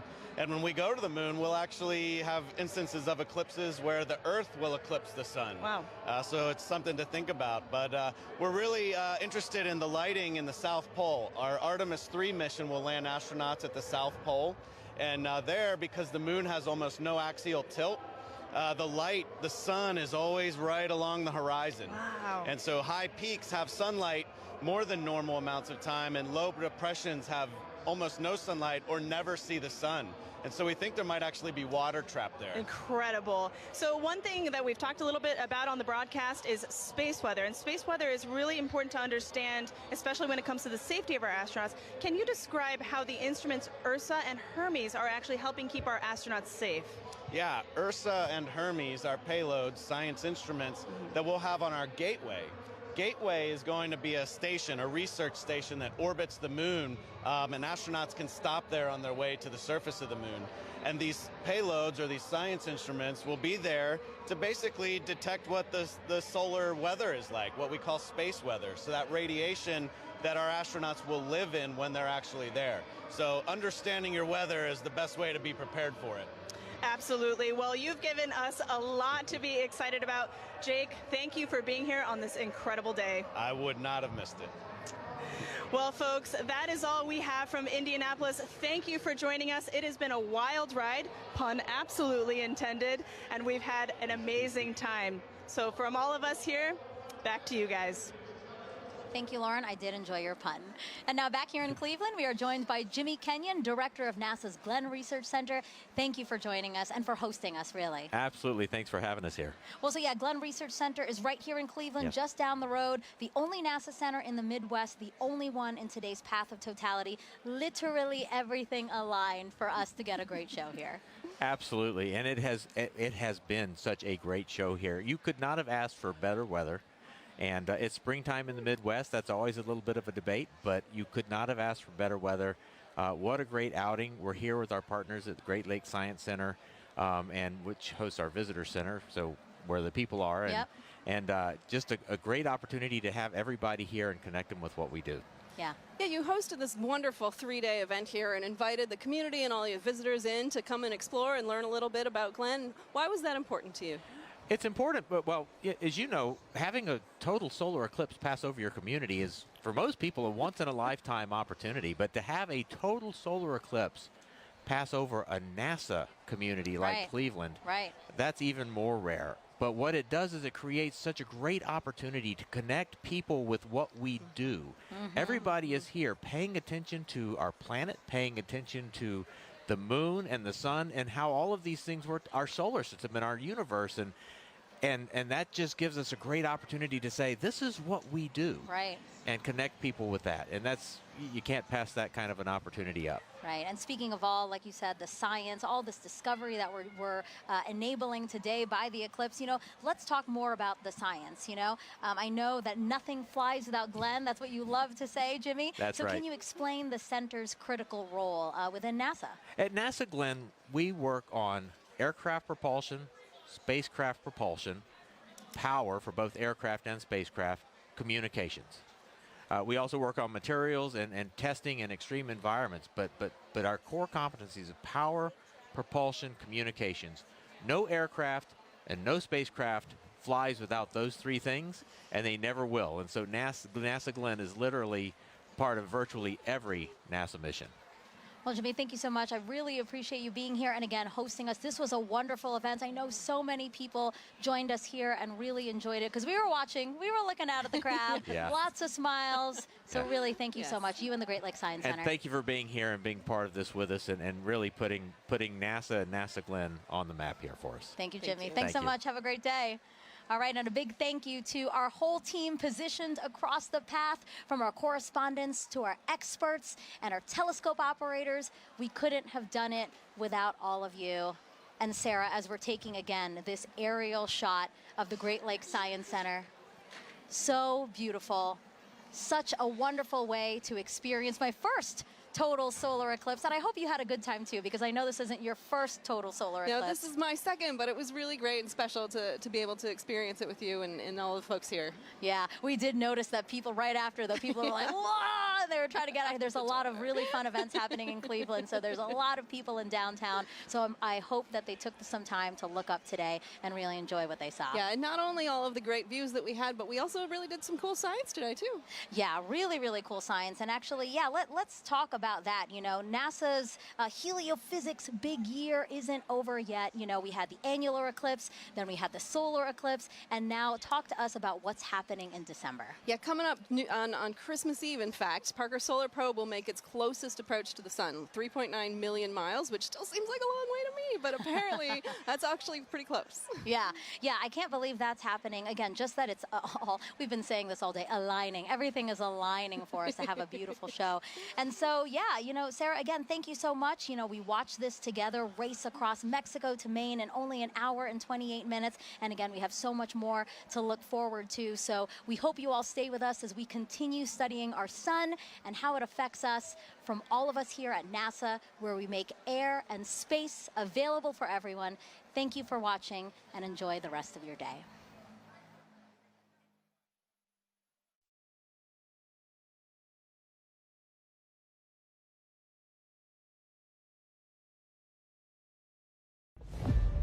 We are one of 100 billion stars in a vast galaxy, but for all of human culture on Earth, one sun that nourishes us all.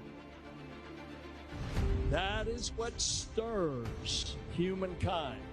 That's what unites us.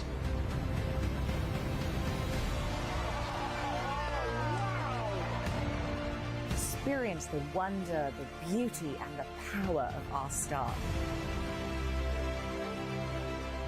One sun across space, time, and culture. Let us continue the quest to unfold this universe. And let us continue to find unity in our discovery.